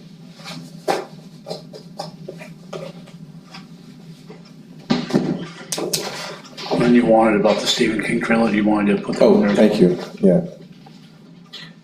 Are we moving that on site or is that moving Transfer station? transfer station? So I'll get a distance from there to there. Okay, I'll have to find a spot up there to place it, but it shouldn't be too hard. that's the tracks. But it's the boneyard, so. Give us the back corner, we'll take the back 9. To the graveyard, yeah. And make sure you use it for Speaking of- training. Did you say ADA was in here? Don't go to vehicles yet. I'm waiting for you. I have a copy. Anybody want a hard copy to look at? Yeah. Did you have any, did you get to read through it? Did you get to read through it? Yeah. Okay. Did you say you have ADA in there? Yes. Okay. I know you read through it. Did the fire department have any? Okay, so I'll put this back out. You're gonna change the date, submission deadline? It's a week from today, right? The 9th, so I have on here, the deadline is the 15th, I believe. Is that? Yeah, that's what I'm saying. I think we can get an answer back in a week, because they're just gonna send us the floor plans. Yeah. So, And so we're hoping to vote on that next week then? Which one? Then we have a the number. deadline's for Tuesday, so Wednesday we can pick one. They may not be able to give us a totally hard number until they come and look at the site and say, all right, we're not doing septic, we're not doing well, we're not doing 100-foot driveway, but we are doing a walkway and ADA ramp. I'm just trying to work towards a number to then be able to go to the budget committee, to then be able to do a meeting. That's what I'm listening So here. that's what I'm trying to, Well, they should be able to tell us so like new style, they give you a range for the site work, 65 to 75,000. So if we don't need a well and septic, then they start. So we could So that'll give us an up to number. which Should gives have us a the- handle. we can give a maximum number, which is so therefore we have an up to number to go before the people. Yep. And we wanna make sure we include in there. But it's a hard quote, that way they know it's not just open-ended, it's. Right. Right, but we wanna include in there the numbers for the site work prep. Electric, connecting electric, connecting septic, connecting water, moving the LP tanks, extending the roof over the side door, of the building. Do we want them the knee wall. to do that, or extend the roof and cut the knee wall? Or is that something we can The just? knee wall was gonna be free. Okay, Probably my guess is you can get somebody to extend that roof. I know 100 people that would do it, but they don't necessarily have insurance. But it could go under somebody else's insurance that's a nonprofit, so I'm just saying, I don't think we need to. Yeah, I would take those two things off it there, just because it has to do with our existing station. At least off of the RFP. Sorry. So is it not a requirement to access a bathroom from outside the living quarters? We changed that, I think you weren't here when we, Okay, that was originally, you're correct, but that got changed. so we don't need that You anymore. don't need that anymore. But some floor plans have access, you walk Right, so next to your door and into my, the bathroom. my thought process with that was, well, would it make sense to put a floor plan similar to this? With an image of what you had, because I think that was most desirable, I mean, for, see, is that not something that you can put in a request that says a floor plan similar to this? The image, the picture For that you. what, I'm lost. With the RFP. Oh. Yeah, so I was reading the RFP, so back on the RFP, wouldn't that narrow it down, because if we're gonna be drawn towards designs that have exterior access to a bathroom, wouldn't it make more sense to be like looking for something that's like this, or no? I just think if we get all these requests in, and we only have one that comes with a design like that, and they didn't know that we were preferring a design like that. The only thing you might wanna add into this is cooling in the closet. In what we're gonna call the office for the IT equipment. I mentioned that to Danielle at Twin Town Homes, and she said if we spec that ahead of time, it's easy to just route it up. It's productive enough, the other ones, yeah. Yeah, and there might be a slight additional charge or something just because it's off, Yeah. But it'd be minimal, so. I mean, if we get all these RFPs in, and that one comes in $10,000 more, but all the rest of them, are we gonna pick that one? Right, because it's. Because of the floor plan. It makes more itself. sense because of the floor plan? Do you know what, do you see my thought process with this? Mhm. Does that make sense? These are the new style floor plans.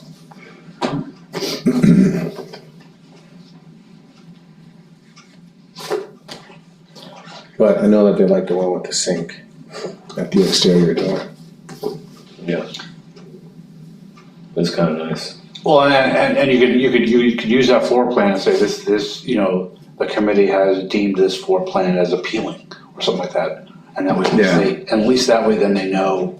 I mean, it was just an idea I just feel like if I get this floor plan and I get that one, I'm gonna go with that one. Right. Automatically, right? That's what I'm saying, is I think. Right, so if we get more people to give us more similar I think plans you to choose say from. the committee finds that floor plan appealing and leaves it at that, I mean. Because these are great, but none of them have access to the bathroom like yours did. It's just an idea. And that way they'll look at the floor plan and go, none of our manufacturers can do that, so I'm out. Or they'll get on the phone saying. It shouldn't be hard to do, right? I mean, Yeah, back door. Copy of that. Yeah. Family room. The other thing cool, Right, this was, it took your data and took it off. It was in the email, That's in the your attachment. Okay, email, it's office, so all we keep that. everything out of the main living. Right there. Well, I was just gonna So keep each guessing the rest of this. separated from Guest trying to to be here. focus. Yeah. That's what I do like about this floor plan.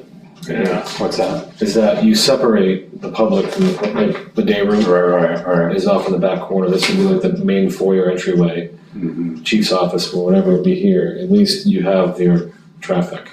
All right. And everything else would be, Yeah, on that other one, the 2 bedrooms are way over here, Yeah. and the bulk of living was, and activity. and you have the back door to come in here for your utility room. Yeah. It would be nice if you could enter that bathroom right there. Mhm. Some of them I noticed that you come in a back door and there's washer dryer right there, and then a bathroom on the other side of that wall, but literally all of their plumbing and vent pipe is in that wall, so they would have to redesign their whole plumbing layout just to have access into it. So Jay, you're saying you would go with that floor plan over the other one? This type of floor plan, where's the other one? If we don't put a floor plan in the RFP, I mean, it does say, or similar floor plan with comparable square footage. They could just send us whatever they want, I So guess. it's the living, you come right on in. That's the day room, and you have your 2 bedrooms. Wall, Is that specify wall. with the drywall? So we still have a little bit of a buffer. Yeah, that would be. You did mention. Office in Erie. I just But I guess I'm my sure they're question- gonna give us the floor plans, but none of them really meet our needs like that. Your office chief's office, right? Or is that One other your general? consideration was in this Get coastline, paperwork done and it stuff. was the stock one was just linoleum, Chief's office. same linoleum in the entire thing, which is okay, it's easy to Easier clean, to- right? But, well, with them, Vision I looked at it and the linoleum was doing this. Right. And I'm like, okay, maybe you just threw it in there on your display model or whatever, but it kind of tells me a little bit about the company. If this is what you're showing and hoping people are gonna buy, I would do a This little. other one was what, carpeting? It had a linoleum entry, kitchen, dining area, and then carpeting other places, which you could spec. You know, I'm sure you could make those choices. Whatever type of flooring, even upgrades if you wanted to go with like an engineered wood or laminate, whatever. No, I said, no, I mean institutional type carpeting, not Yeah. shag or not. Like this here, Right. Ferber. You could do like 2 beds here, in this one room, If we're gonna pick one here, but. next Wednesday, do you think we can schedule budget for 2 weeks from today? You already got your calendar out. And I would make the deadline Wednesday at 5. Okay, you wanna give them an extra 24 hours or? Why not? Okay, well, because there won't be anybody in the office to They'll receive it. still Do a swap a week. I don't know. And, well, and they could electronically deliver it too, right? Well, I think that's actually, I didn't give them an option to mail it in, but I didn't say they must be emailed. So I then, didn't say you that. could say it must be emailed and then you can give them Oh, until. no, here it is. Submissions are required to be no later than Tuesday via email to selectboard@Lebanon, Maine, so. Give them Wednesday at 5 p.m. Change it to you and not to Lynn. Yep. And make it Wednesday at 5. Wednesday. I'm just looking, come in here, and it's like, I need time to run through them all. you get through into There's a there. hint over here and stuff. Oh, optional limit, so you come here, and you share. For Yeah, you floor can- plans, or we look at it on the TV, but. No, I mean, but it won't be that much. Door here, door here. I mean, there's PDFs. Wednesday at 4. Okay, that's fine, that's fine. Give you time to. I come in at 4 before the meetings to do all this stuff. so- It's nice because it's bathroom, bedroom, everything's back here. I feel like it separates the ruckus and Yeah, day to day right. from trying to focus Yeah. work and all You that. could put an office chair and desk in here, in your paperwork area.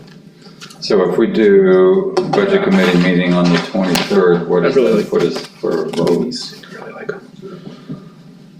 Using the same. 2 weeks after that. Which would be September Public 6th, the hearing. Wednesday after Labor No, we Day. don't, we have to sign the warrant the week before. You can do it the 29th. You're planning on Tuesday? We're supposed to be looking at a couple winners, you know what I mean? If the budget committee's the 23rd, we can do the vote the 29th. Oh, I'm sorry. 6 days. You're right, you're good. 7 days. But you gotta have a warrant, so the warrant won't happen until that Thursday. The 24th. We've already said that. You don't wanna do it following Labor Day, so. Huh? You don't wanna follow Labor Day. Clean up. Is that what we're aiming at right now? Yeah. Yeah, the week of Labor Day. So you're looking at Tuesday the 12th? Well, does it have to be a Tuesday? It doesn't have it. Well, Matt, that's what I'm asking. What day are we looking at as a preferred day? Bathrooms here. I mean, I don't think it has to be a Tuesday. Two bedrooms, living rooms. I know normal ones are Tuesdays, but And the We kitchen. want to do anything Labor Day week. I mean, we ran into this with the This is 4th of July. school's already in session. In here. here. Put a desk on here. Yeah, that's not a vacation week really, like, for July, I guess. Office. Yeah, it really isn't. So we would have our general one. The weekend is, but it's not. The kitchen. The week after, that day, Room. after, That's probably the the vacation week. normally. The But it day works because after that way. Monday, Oh, yeah. Memorial Day might be tough. Well, I mean, I wouldn't do the day afterwards, Tuesday after the long weekend, but I mean, if we did a Thursday, we did it, I mean, or do you do a Friday, or do you do a weekend? I don't know, do you do a weekend, or do you do a Saturday? the following Saturday. You didn't wanna do Saturday previously, so that's why I had. Well, I'm just, I know, we're out of the summer though, so it kinda changes. I'm just saying, does that give more people opportunity because of work and everything else? Saturday's fine with me. And it's right. The ninth? It does, all right there. Okay. I like that. So when was budget? Which one? One 23rd? was Saturday morning, what, 10 a.m.? Doesn't matter to you. Well, let me see school's availability, but it's. This is September 9th. 10. How come? And that way you don't have to worry about school and kids and everything else and.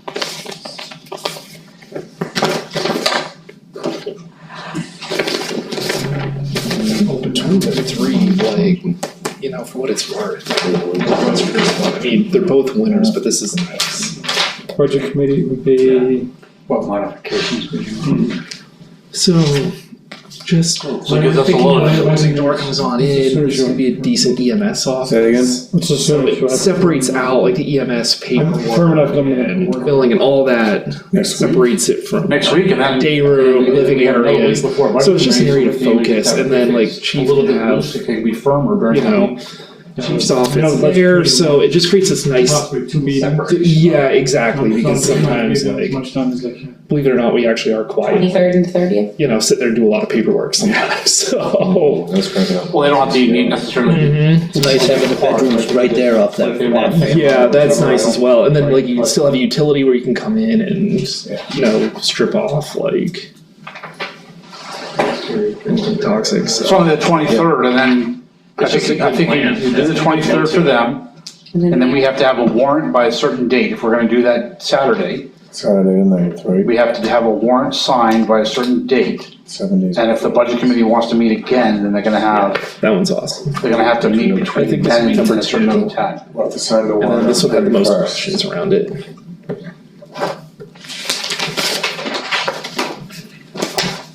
It's the last Thursday. Right. For the night. Right. And so if the budget committee wants to meet again, they can between when they meet the first time and the 31st. If they want to meet on the 30th, they could do that, or if they want to meet on a different day, they could do that. Progress. We're doing it. Budget committee. Forward momentum. Mm-hmm, it is.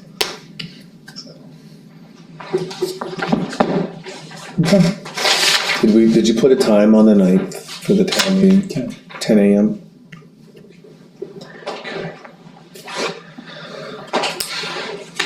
Just as floor plans ranked in order by the EMS. So the top one is number 1? Yeah. Really? See, I was wrong. Can I just request that we don't attach one to the RFP? And that, okay. Yeah, because who knows, somebody could give us a different floor plan that you guys like it better. That's true. So maybe that's part of Just give the us an whole, idea of what we're looking at for the layout and why. as long as we go to those people that have those 2 floor plans, so we at least get options for those in the bids. Cooling in the master bedroom closet, you sure you're gonna be, office in the master bedroom? Or do we need to like just leave the room name out of that? No, I think I think the chief needs to have room in his office. I have filing cabinets, I have So to have. master bedroom, Yeah. cooling, closet with cooling, okay. And typically that room is separate from the living quarters, so if he's having discussions and talks. That makes sense. Okay.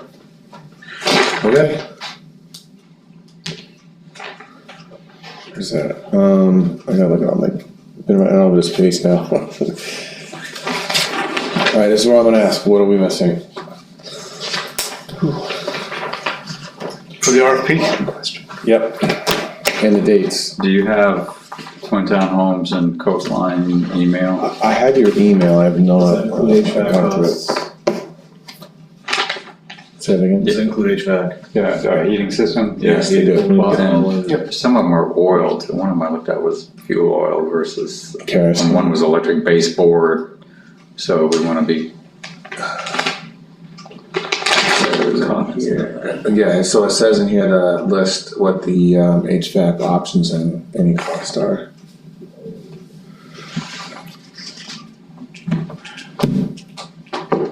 Okay. Well, guys, if you need any parts for it, I sell mobile home parts, so. Try not to break them. Yeah, right. If you need to install a door somewhere, you know. Love it. One of the many things I do. I'm gonna go out of order, because I think we can just skip over stuff. Post station, nothing new. We did have an interview tonight with Great Falls. On the grant front, Joe did get the contact info for the fire department grant writer. I called him, we were supposed to meet tomorrow, but he had to back out because of a change in plans, so I'm gonna meet with him probably next week. Can I ask you to do another phone call? May I ask you to do another phone call? Sure. I've reached out to the town of Limerick Yeah. on their project in process and got no response. Funny you should say that. So I spoke with someone who works with that process, and he's willing to come in as a consultant when the time comes. He's been involved with the planning process. In Limerick. Yes. That's the guy we're trying to find. No, so Dave McLean Okay. is a retired captain from Dover. He's also a bagpiper. And that's why I called him, because he does bagpipes. So he's like, oh, and by the way, and I didn't know he was involved with it, but he's been very much involved with the Limerick station. Okay. And he sent me something I'm gonna forward you guys later on to look at. Perfect. So, You don't need to make any more calls. no, I don't. I don't. The funding portion down here, there's just. On the grants, did you see that crypto grant I I sent you? did. I haven't read it though. Because that might do their technology that they need. Right. Was it called crypto? It was it's a brand new Homeland Security crypto technology grant. Is that something That's. the fire department might have? Well, it's federal and state and municipal. So, I mean, we're talking about, and it's all because the issue is that because you're held hostage, these scammers come in there, they control your system, they hold you hostage. You gotta pay them money to get your systems back, it's all this, so it's basically upgrading all of your security software stuff, which is what we're trying to do right now for the fire station, and so it might make sense that we get somebody to pay for that. Okay, Station 2 is currently, I make sure I'm up to date, there are no vehicles parked in Station 2. Just the boat. Just the boat. Do we know what we're doing with the boat? The, Different topic, sorry, I was gonna segue off that. We'll address that tomorrow. Vehicles. and I believe it is the chief's intent to not put a vehicle in there all winter. This is the caveat. Engine 4 got moved up to Station 1 because the tanker's out of service. If we maintain that, we can keep Station 2 empty all winter. If we put out to a vote to replace the tanker, Joe would like to also either trade in or sell Engine 4 and replace the tanker and Engine 4 with one vehicle, which would allow us to keep all the vehicles in Station 1, to keep the status quo with the vehicles. So I know we're not gonna decide about a tanker pumper at this point, but if that does happen and we don't need to keep Engine 4, we can stay out of Station 2. So it sounds like long-term, we can stay out of Station 2. Do we wanna winterize it still? Do we wanna do? Can the tanker fit in Station 2? I don't know. Squeeze it, I mean, Engine 4 not to be operating, I mean, Engine just 4 barely fits in there. squeeze to store it in there. I don't think so. No. And the other Too thing, small. the other thing is, I talked with a couple prior members of the department, I remember years ago, Chief Wood being one of them, Eric Newbert being another, and back then they had about 10,000 gallons of water on the road. We have 1,750 at the moment, don't forget the 50. And that's not very good. So, being down the tank truck, it's detrimental. It doesn't leave us in a good spot. So I've made calls to Sanford Regional Communications. I had to change the run cards and remove our tanker from the run card on the automatic and backfill. So we're again putting other area departments in more increased use because we don't have our first new tanker. So you're gonna see Shapley on our first initial desk box, is what we call it. And that's been updated through Sanford RCC, so any subsequent dispatches for that. On the other side of that, it leaves us unavailable to respond mutually to towns around us that require our tanker. So the need for the tanker is 100% there.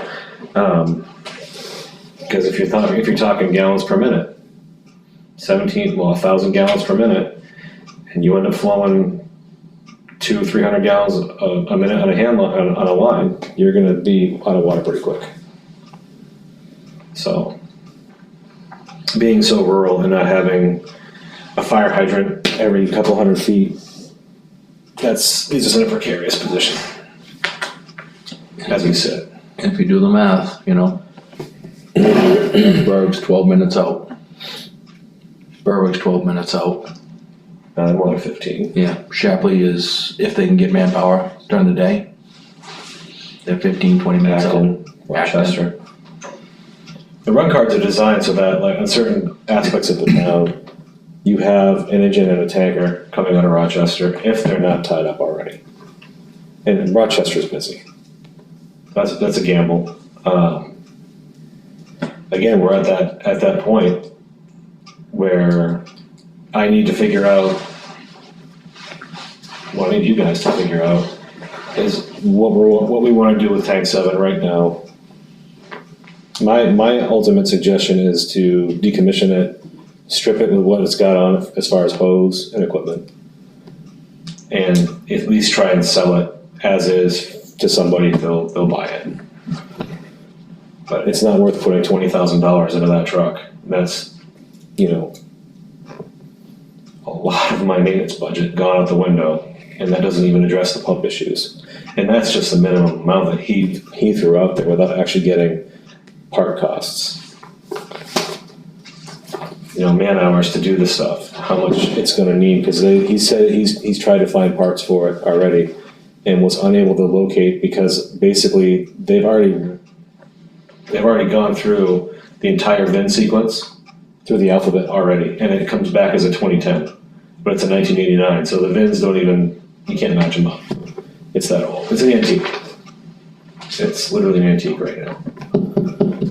So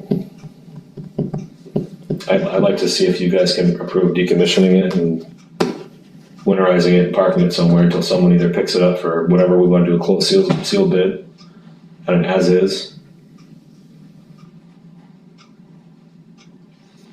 Just a thought. Here's my thought for what it's worth.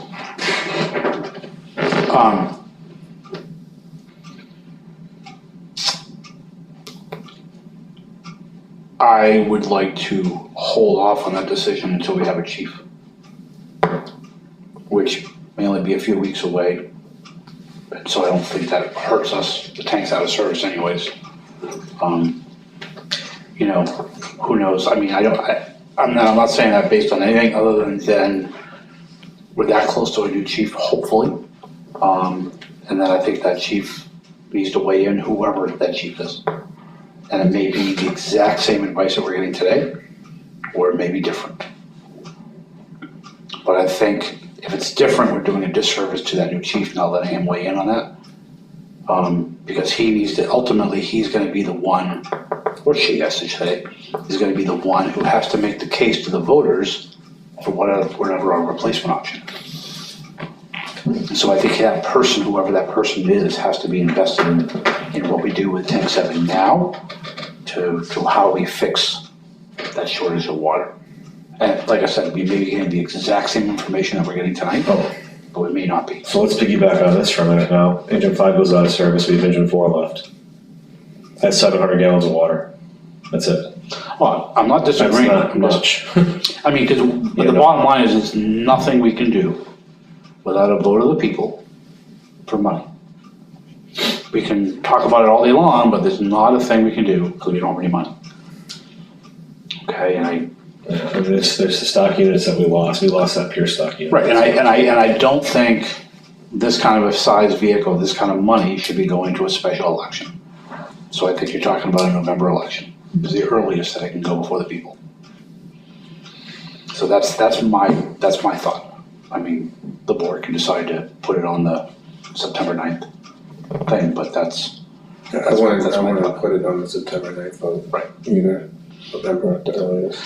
So we have time to, I guess my point is that while we understand it's a critical need, the run cards have been addressed as best we can. We can't just make a tanker appear, we don't have the money. So I'm just saying, I think we have time to allow whoever the new chief is gonna be to weigh in, whether it be the exact same advice or whether it be different advice. So And that's just. that tanker could come back, but. So that does play into the station 2 then, right? Because it doesn't fit in station 2, so if we're going to put it inside, we're gonna move engine 4 back. Or do we? Hopefully by September 1, we have an answer. Do we let it sit outside and just disconnect the battery, you know, kinda? I mean, we have some time before it has to be winterized, right? Does it have to get low? Yep. Yeah. It's been emptied, it has no water. Oh, The pump's It's questionable. still in Saco. No, it's here, Where's it parked? station 1. Outside? Yep. We wouldn't go today. Oh, okay. But you could also park it right next, you could park it outside station 2, right next to station 2, right outside. I would have it parked at station 1 where it's regularly seen. Yeah, that's fine. Keep a better eye on it. And if it's down there. Neat. Yeah, Outside. no, I hear you. Yeah. It's outside of the road. I think of where it is. Yeah. Being safer for, Yeah, no, it's fine. until we know. Yeah, that's fine. Since we're talking vehicles, ambulance 2 is back in service.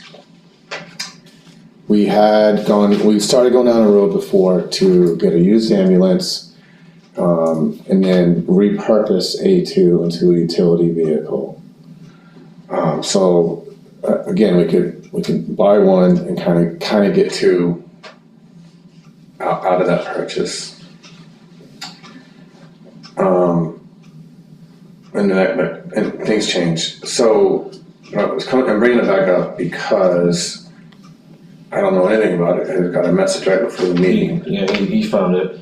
But they found another used ambulance, $25,000.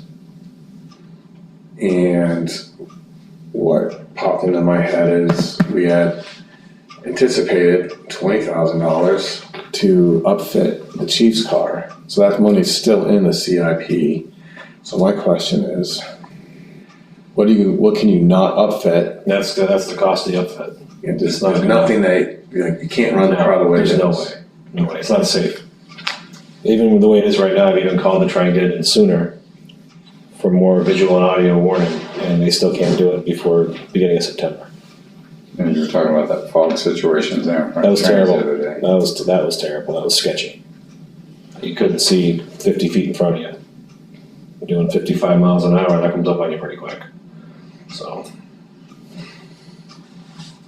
I don't know, I know this is an option if something were to happen, but again, it's A2, like we said, we put money in the A2. It's sitting there. We're gonna put it into service Friday morning, because Friday morning A1's going down for an oil change. So barring anything crazy, I don't think, doesn't run much at this point right now. So. So it's in good working order, it's just old. For now, I mean, you could push it one too many calls and all of a sudden it decides to go kaput on you for whatever reason, it's machines. But this is something that he just found this afternoon, and it's 25,000, but it's also, it's an option, it's got 80,000 miles, but it's also a heavy duty truck. It's an international chassis. Usually a big truck comes big money for it. It's a fire truck, you treat it like a fire truck. So it's like a fire rescue, but it's used as an ambulance? It's basically the same chassis as Engine 5, but with an ambulance box on the back. We did find this other tanker that was available for immediate delivery that would fit our needs. It's short wheelbase, 2,000 gallons, at Lakes Region, they're gonna bring it down on a Friday afternoon for us to just look at. So, that would, 2,000 gallons of water, so that'd give us 3,000. Brand new truck. Just something we were gonna look at and see how it looks. Fits in station one. It would fit. It would fit better than the current tank truck. But it's just a tank. No, it's a tank pumper. So it's looks like a 6-person cab, which is what we're looking for. A 6-person cab that can bring a couple thousand gallons of water to the scene initially to start operations is the best bang for your buck. Versus 2 pieces of apparatus on the road with 2 people in it, or 3 people. You know? Price on this one? We don't know the price yet. We did find a different one down in Connecticut that is going for 800 and something thousand as best offer, but it's a tandem axle, 2,500 gallon, and it's 1 foot and a couple inches too tall. I measured today. It's a nice truck, but it's too tall. Can you get those low rider tires?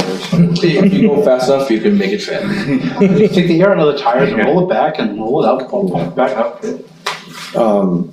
Something else, sorry, I'm going back full circle now, to the vote. Do we wanna have the driveway paving voted on as well, September 9th? I don't wanna spend money on that, but it's not gonna make it another winter. Both sides of it. And the approach angle's off for the trucks. Even if they could just skim coat it, just do something. That has to go to a vote, I can't.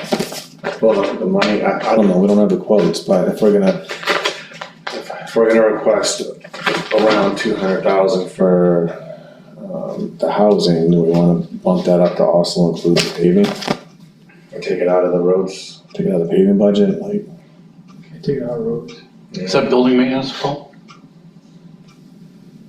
You could take it out of building maintenance, but I wouldn't take it out of roads. Right, but I'm just saying, out of the building maintenance CIP, probably 10 grand anyways, wouldn't it? Oh, easy. I'm just, keep in mind, if I'm looking for sources, I'm just, we're talking about using that to do the other stuff on the list for I station. hear you, I hear you, I don't know how much is in that account, I'm just, 40,000? Yeah, I guess that is.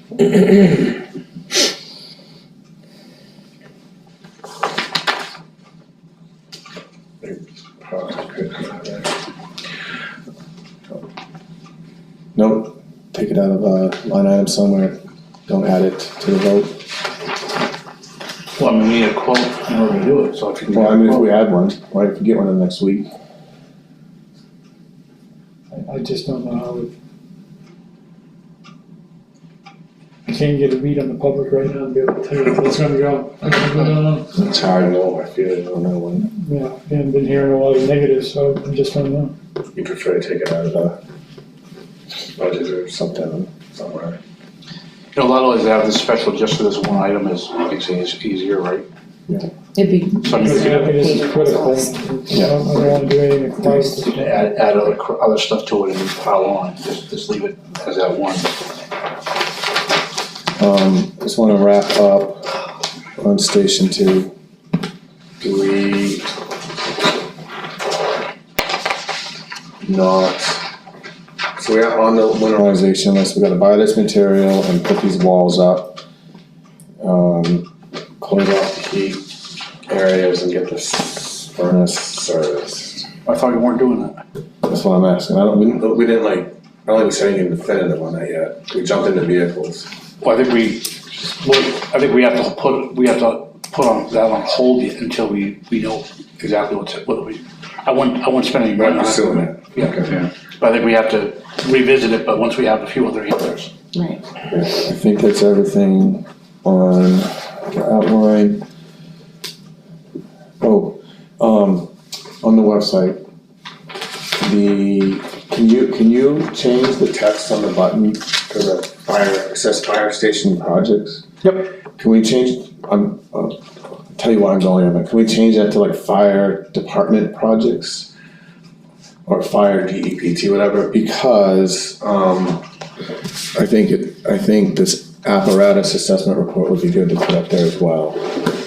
I think you could do that on the fire department page. I don't wanna confuse it. I don't wanna confuse that page because essentially, once we get this living arrangements done, that's gone. And that page is really about the new station. It'll just be new station? So Okay. all this other, Well, I just saw, you have new station and then recovery, and I didn't know if you could make another line for. yeah, but I don't think you wanna confuse it, cause once we start, if we get the RFP and we start doing all that, there'll be a lot of information to put in there. And I think it'll just that'll be buried. too much for. Okay. So I think the fire department can do that on their page. If you wanna do it, I'm saying there's other ways to get that information out. Yeah, if you get this up on your page, let me know, and then we can still repeat it on Facebook though. What is that again? Just the apparatus needs assessment report on the vehicles, because people are asking questions about the So vehicles. and I get it, and hold that thought till tomorrow. Okay, So under selectmen's issues, I'm presenting more on a capital improvement plan for the entire town, okay. that would then could be incorporated for the fire department's portion of it. We did get another email with more questions, and this one's a little more diverse, so I think, we should break that apart and put it into the appropriate questions. So questions that were about the recovery efforts, we can add to the list we already have out. The questions that Chip emailed earlier from that gentleman. Yes. Yeah, I incorporated those into my list You of got a minute, questions. so I mean, I went to everybody but you and me. He had me down as Charles, he yeah. didn't have yours. So when I got it, I noticed you were missing, so I forwarded it to you. Okay. But it went to everybody, basically, it went to everybody. I see. Right, so yeah, you had questions about vehicles on there, so I think that we should start a third Q&A Okay. for vehicles. Yeah, I included those Especially into that for- existing one, but I can pull those out. That's a good idea to separate it from the building. Right, so we should, I think that means 3 of them, right? Station 1, proposed station, and vehicles. And I wanna sit down with you to try to work on some answers to those, like what exactly the details of having a whole car one and. My only thought on the question, we can bring this up tomorrow as well, but on the Q&A, with the one that you just presented and stuff, I think because we're using people's questions, right, they're specific questions, right, and trying to answer them, it kind of jumps all over the place. And I think it would be better to, yes, we know their question, but we don't have to use that question. I think, so just like a company does a Q&A, they try to come up with the questions that people have and then give them the answers in kind of a logical step-by-step sequence. I think we can do a Q&A, but we do the question, here's the answers, in a methodical step-by-step that hopefully all of that addresses. I started, and the thing I emailed out is as a work in progress, the thing I sent out this afternoon. And so I started incorporating their questions in groups. And so I've got like, instead of one question, there's 8, but they're all very similar related in the answers. So what I want to do is kind of consolidate it down to sort of like an FAQ, and abbreviate that group of questions into one kind of broad. And it's kind of, and even just, we talked about the phase 1 today, just a step, step by step, so it just kind of flows better as far as with the questions and the answers, and and people can read that and go, there's my question, that answer, read further, okay, that one answers my question. We're gonna try to work on that tomorrow, and I'd hope to have something You for understand tomorrow night's meeting. what I'm driving at. Yeah, right. Because when I read it, it wasn't that the questions were bad or the answers were bad, it just kind of was You should everywhere. have seen it before I got out of that org. But it was kind of everywhere, so I just. It needs paired and whittled and home. Yep. I agree. Last thing that I have, you can double check that I'm not lying yet. Last thing that I have is, the reporter that was here, was that our first meeting that she came to? Yeah. She emailed me this morning, she just asked, I'm just gonna read this out, but, hello, I'm following up about the vote for more temporary housing for 11 firefighters. I know today was the date of the tentative vote for that housing, and I would love to keep my story up to date. Did the vote happen? If yes, what was the result? If not, has an official date been picked? She would appreciate any information we can give on updates to the Livy situation. I did reply, this is what I replied. Thank you for reaching out, for your efforts to keep this important story up to date. I will address your request at tonight's project team meeting and seek to produce a statement that we may release to you. And I also direct you to Lebanon's website and Facebook page where we posted information regarding station recovery efforts and gave her the links. Is the answer a straight no comment, or do we want to give her something about progress, maybe the new date for the new vote? Or it's not a new vote, but the rescheduled vote, anything to put out.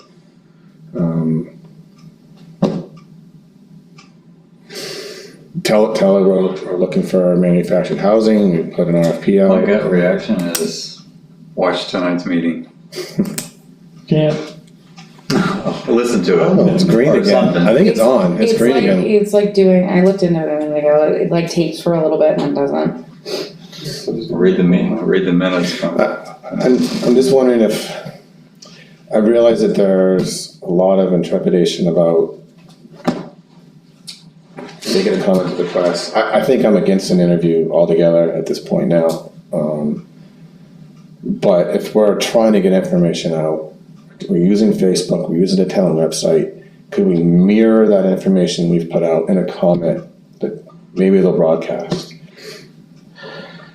If that is all that they're gonna do, I might agree, but if you have to understand is this story started incorrectly. And so all they're doing is updating it, but you're putting the original story out there again. That's true. And so, and I don't think we wanna give it that oxygen. A nice, easy solution doesn't make it a story.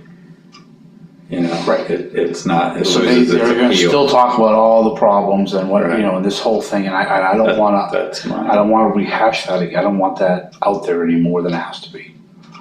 So I think by giving them a little bit of tidbit, they can then, the slow news day, oh, let's put that back out again. I mean, Lebanon's in the news enough for other stuff, they don't need, those are my two thoughts. I get it for getting the information out there, but it's not, I'd rather bring them back, you know, I'd rather say no comment, but I'd rather bring you back when, you know what I'm saying, we have it or when we have it in place, and they can, maybe that's a better story, a positive story, right?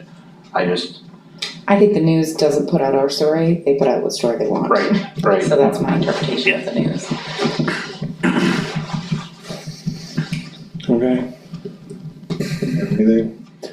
If you read the townsman for this last month, they talk about the not saying no comment, because that's not a wise thing to do. It's better to put out a little something rather than no comment, because then that allows them to fill in whatever they want. They were pricing it, stuff. Which they did last time. Well, and again, we just, we gave a simple comment that we're trying to find the best solution for our responders, right? And I think that's something as simple like that. We're still working hard to find a solution for our Yeah, responders. I don't see a problem with giving them the date. I should say, actually, they would say we're looking at. I think we're giving, you know, we're still working hard, trying to find a solution for our responders. The tentative date right now is September 9th. And boom. And instead of we, kind of say the select board and fire department are still working together to find. What did you say, the town? Or you say the town? Okay, I was just saying the project team, but I don't want to say we, but the town. Is it good with everybody? The town? Keep it general. The town is still working hard to find a solution that Meets the current needs. Or a workable solution for our responders. I was thinking like provides the best solution for our responders. Not workable, I mean, It's not the best solution. Best could get interpreted as a multi-million it's a dollar workable three-bedroom. It's a workable solution, right? A cost-effective solution if you want to throw cost in there, I mean, but workable is, I think, is both comfort and cost and everything, so. Town is still working hard to find a solution still working hard to find a workable solution. The vote was rescheduled ChatGPT, can you give me a vague response? to September 9th. Tentative. The town is still working hard to find a workable solution. The vote was rescheduled to September 9th. Is a workable solution for our responders. And I would say tentatively, because that's not set. They gotta get permission first from the school. The tentative date for a town vote is currently September 9th.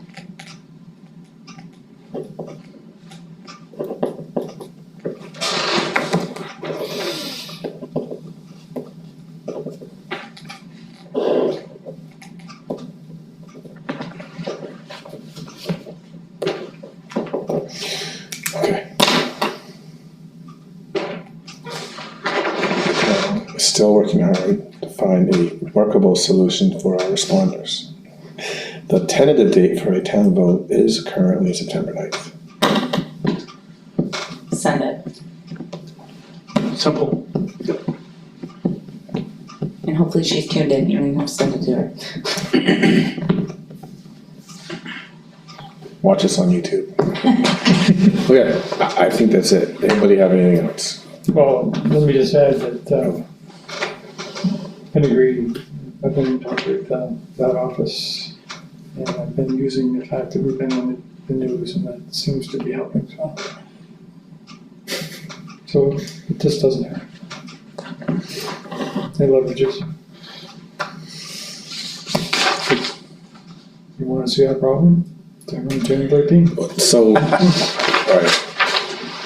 One more sentence, throwing it out there. I'm not gonna try to word it, but the thought is, we'll let you know when something happens. That way maybe she wants to come back again to get more information, or just send it to her when we have something to send to her. Or you can say, stay tuned for more positive news. I'm serious. That's the angle I'm taking. I like it. Stay tuned for more positive news. That's fine. I mean, because I'm not gonna give you negative news. I'm gonna give you positive news. So. More to follow, ... No? Well, I mean, hoping to provide you with a positive update in the future. There you go. Thank you, Chip. I like that a lot, hoping. To provide you with a positive update in the future. Did you take a PR class in college? No, I'm just. Oh, it's called gray hairs. In the near future. Signed, Chip Harlow.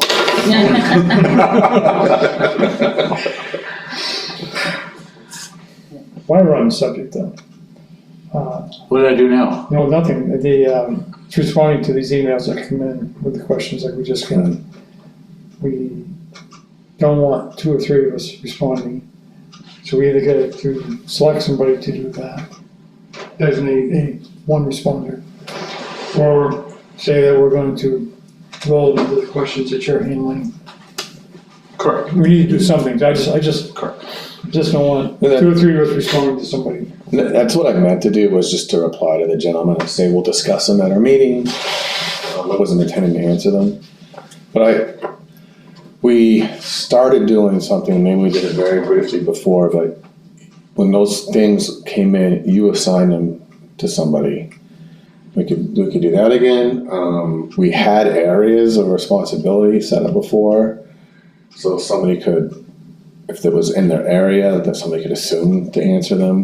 But that gets a little dicey because then nobody else knows who did it. Well, these questions that's coming in now, we have different opinions among ourselves. Depending on which one of us answers it, it's gonna slant it one way or another. I don't want to do that. No, I agree, they should be answered in the meeting, I agree with that. And that's what I'm trying to do with those, is compile them, send them out ahead of time, we can review them, Right, and then so we- confirm them in a meeting. Right. So we have a consolidated group message. Well, why don't we just wait for your reply, and if it's meant to answer in the meeting, you could tell them that we would do that. If it's a question that somebody needs to go look at a pothole somewhere, then you could assign it. Well, those are easy, but the ones like, these questions for the fire department, those, Well, I think, as long as somebody, I think the response is, thank you for your questions. The board will address them and post them on our website in a Q&A. You know what I'm saying? And then we'll get back to you when we do so. And then and that's the response. And then I think anybody can give it, that person a response, as long as you do a reply all, so everybody sees that you gave the person a response. He hasn't gotten that yet, has he? he's got some response, cause he's been on the chain. Yeah, so that's, Oh, that's and so Yeah. the other thing is that you need to be careful, if you hit a respond all, that's going to the board, it also is gonna go to this person unless you delete them, right? So, Alright. so you just have to be careful, you know what I'm saying? Just in your emails as far as who it's going to and who you want it to go to.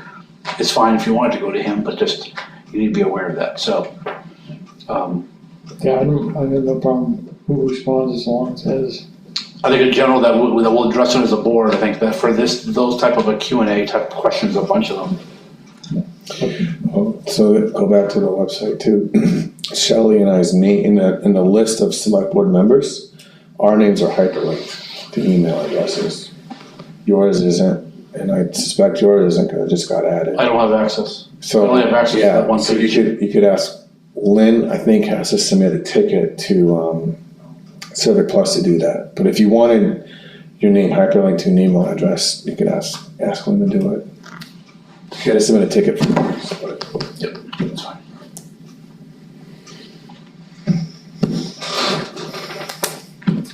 Anything from the fire department, sorry, going around giving you guys out tonight. You got nothing? No? Thanks for coming, appreciate that. Well, thank you for having us, so appreciate it. Hope we're going in the right direction that you agree with. The roof will be had for the winter will be most appreciative, I'm sure. Oh, yeah. Definitely. Even a stove at this point. I mean, a way to cook food. I'm excited. DoorDash. Yeah. Take a motion to adjourn? Second. All in favor? It's the thing I do best, is second and adjournment. Raise your hand. I don't know where my, all right, might be back. Hey, John, these two, these are